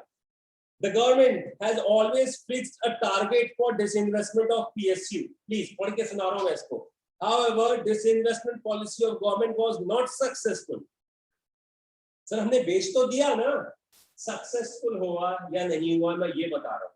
बेचा है पीनट्स के दाम में, क्योंकि नॉन परफॉर्मिंग यूनिट को खरीदेगा कौन, सोचने वाली बात है। आइए, the assets of public sector undertakings were undervalued and sold to the private sector. Private sector आता है, कहता है जी बताओ क्या क्या रेट है, क्या क्या प्राइस है आपका, कहते हैं जी इतना, कहते हैं ये लॉस मेकिंग को इतना देंगे हम, इतने में लेना है तो देना है तो। ऑक्शन ही नहीं हुआ उससे ज्यादा, गवर्नमेंट ने लिमिट सेट करी जी यहाँ तक बेचेंगे, ठीक है। ऑक्शन ही नहीं हो पाया, बेच ही नहीं पाए, ठीक है, बेचा इतने में, तो आपके एसेट्स का अंडर वैल्यूएशन था कि नॉन परफॉर्मिंग को खरीदेगा कौन, सीधी बात है।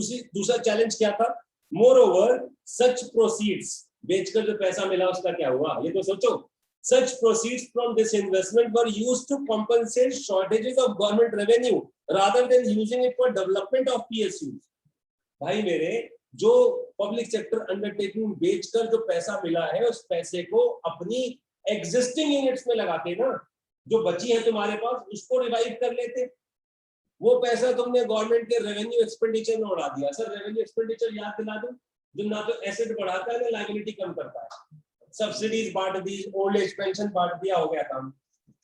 कंपनी भी गई हाथ से, पैसा जो मिला था वो भी उड़ा दिया, और जो तुम्हारी बची हुई इंडस्ट्रीज हैं उनकी मॉडिफिकेशन के लिए फंडिंग ही नहीं है, इसीलिए लोग खफा हैं। ठीक, आओ इनइफेक्टिव टैक्स पॉलिसी। याद है मैंने कुछ देर पहले एक हिंदी में स्लैंग बोला था, सेइंग बोली थी, अपने ही पैर पर कुल्हाड़ी मारना। यहाँ पर कोट कर रहा हूँ, उसी कोट को एक्सटेंड कर रहा हूं मैं, क्या कि आपने टैक्स को कम कर दिया। एक तो सोचा कि लोग ईमानदारी से टैक्स भरेंगे, टैक्स प्रोसेस को सिंप्लीफाई कर दिया, ठीक है जी। लेकिन हुआ क्या, आप इससे नहीं बच पाए। ये एक नेशनल हॉबी है, नेशनल हॉबी है टैक्स इवेजन। 250% थे 10% कर दिया सर, अब देंगे, वो भी नहीं दिया, गवर्नमेंट का रेवेन्यू कम हो गया, ठीक है जी। खर्चे करने थे, पैसा नहीं है, उधार मांग लिया, कंपनी बेच दी। सोचो कितनी बुरी हालत है, ठीक है। यहां देखिए, tariff reduction decreases the scope of raising revenue. Tariff reduction हो गया तो तुम्हारा पैसा भी कम मिलेगा, चलो कम मिलेगा संभाल लेंगे, दे तो सही। Tax evasion national hobby, sir वो भी नहीं दिया, ठीक। दूसरा, tax incentives provided to foreign investors to attract foreign investment further reduce the scope of raising tax revenues. दूसरी मजेदार बात क्या थी, फॉरेन कंपनीज को बोला था आओ इंडिया में बिजनेस करते हैं, कहते हैं जी क्या दे रहे हो आप, क्या अट्रैक्टिव पैकेज है, 4 साल टैक्स मत देना। भाई वो भी कमिटमेंट कर दिया, 4 साल वो भी नहीं देगा टैक्स, देख के ही खून जलता है उसको। काम कर रहा है प्रॉफिट, फॉरेन कंपनी काम कर रहा है, प्रॉफिट कमा रहा है, 4 साल वादा किया है, हम बस देख सकते हैं 4 साल उसको प्रॉफिट कमाता हुआ, टैक्स नहीं ले सकते। तो कहा ना अपने पैर पर कुल्हाड़ी मारी, अपनों के लिए तो कम कर दिया, वो दे नहीं रहे।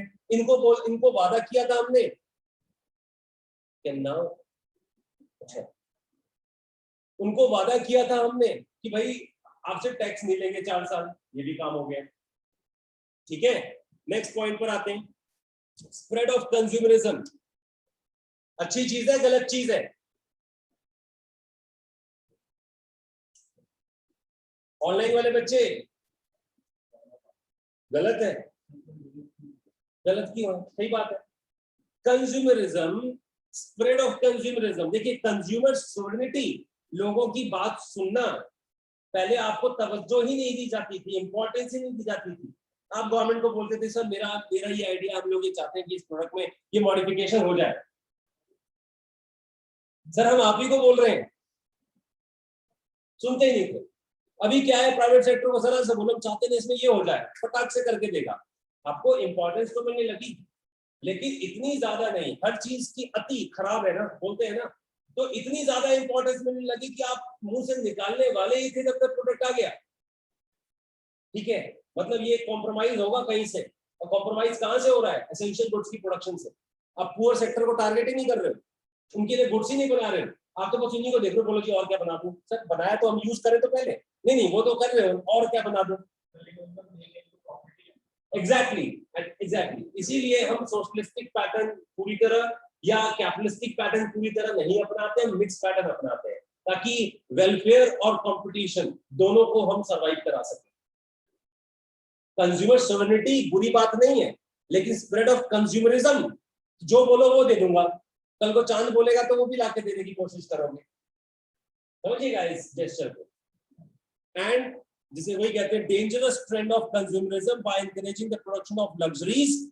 ठीक है, और सुपीरियर आइटम, और आप कॉम्प्रोमाइज करोगे नीडी को, एसेंशियल आइटम्स को, जिसमें प्रॉफिट है वही बनाओगे। एंड आखिरी बात, अनबैलेंस ग्रोथ है, सरकार ने ये देखा ही नहीं, अनबैलेंस ग्रोथ हो रही थी, आपने देखा ही नहीं। सर हम तो गवर्नमेंट बजट में इसका बड़ा ख्याल रखते हैं, तो अनबैलेंस ग्रोथ कैसे हो रही थी, इसको एक बार पढ़ते हैं, देखिए यहाँ पर मेरे साथ।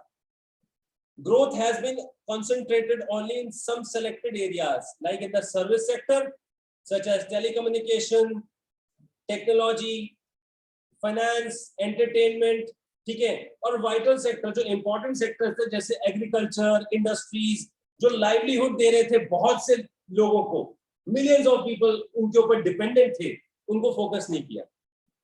ये एविडेंस है कि हमारे देश में 91 के बाद में सर्विस सेक्टर ने जीडीपी में सबसे ज्यादा कंट्रीब्यूशन देना शुरू किया। ठीक है, मैन्युफैक्चरिंग सेक्टर इतना ज्यादा टारगेटेड नहीं था, और एग्रीकल्चर सेक्टर को नेग्लेक्टेड बोलूं सही है। आई बात समझ में? ये है क्रिटिकल असेसमेंट ऑफ एलपीजी और न्यू इकोनॉमिक रिफॉर्म चैप्टर यहाँ पे एंड होता है। ये जो 3 स्लाइड छोड़ी है मैंने, ये आप होमवर्क के तौर पर पढ़ सकते हो। फंक्शंस ऑफ डब्ल्यूटीओ पढ़ना है, डब्ल्यूटीओ कैसे बना, उसके काम क्या है, और आउटसोर्सिंग किसको कहते हैं, बस कॉन्सेप्ट पढ़ना है और कुछ नहीं है, बस 3 स्लाइड पढ़नी है। ऑलराइट, डन, चलिए, ऑलराइट, थैंक यू।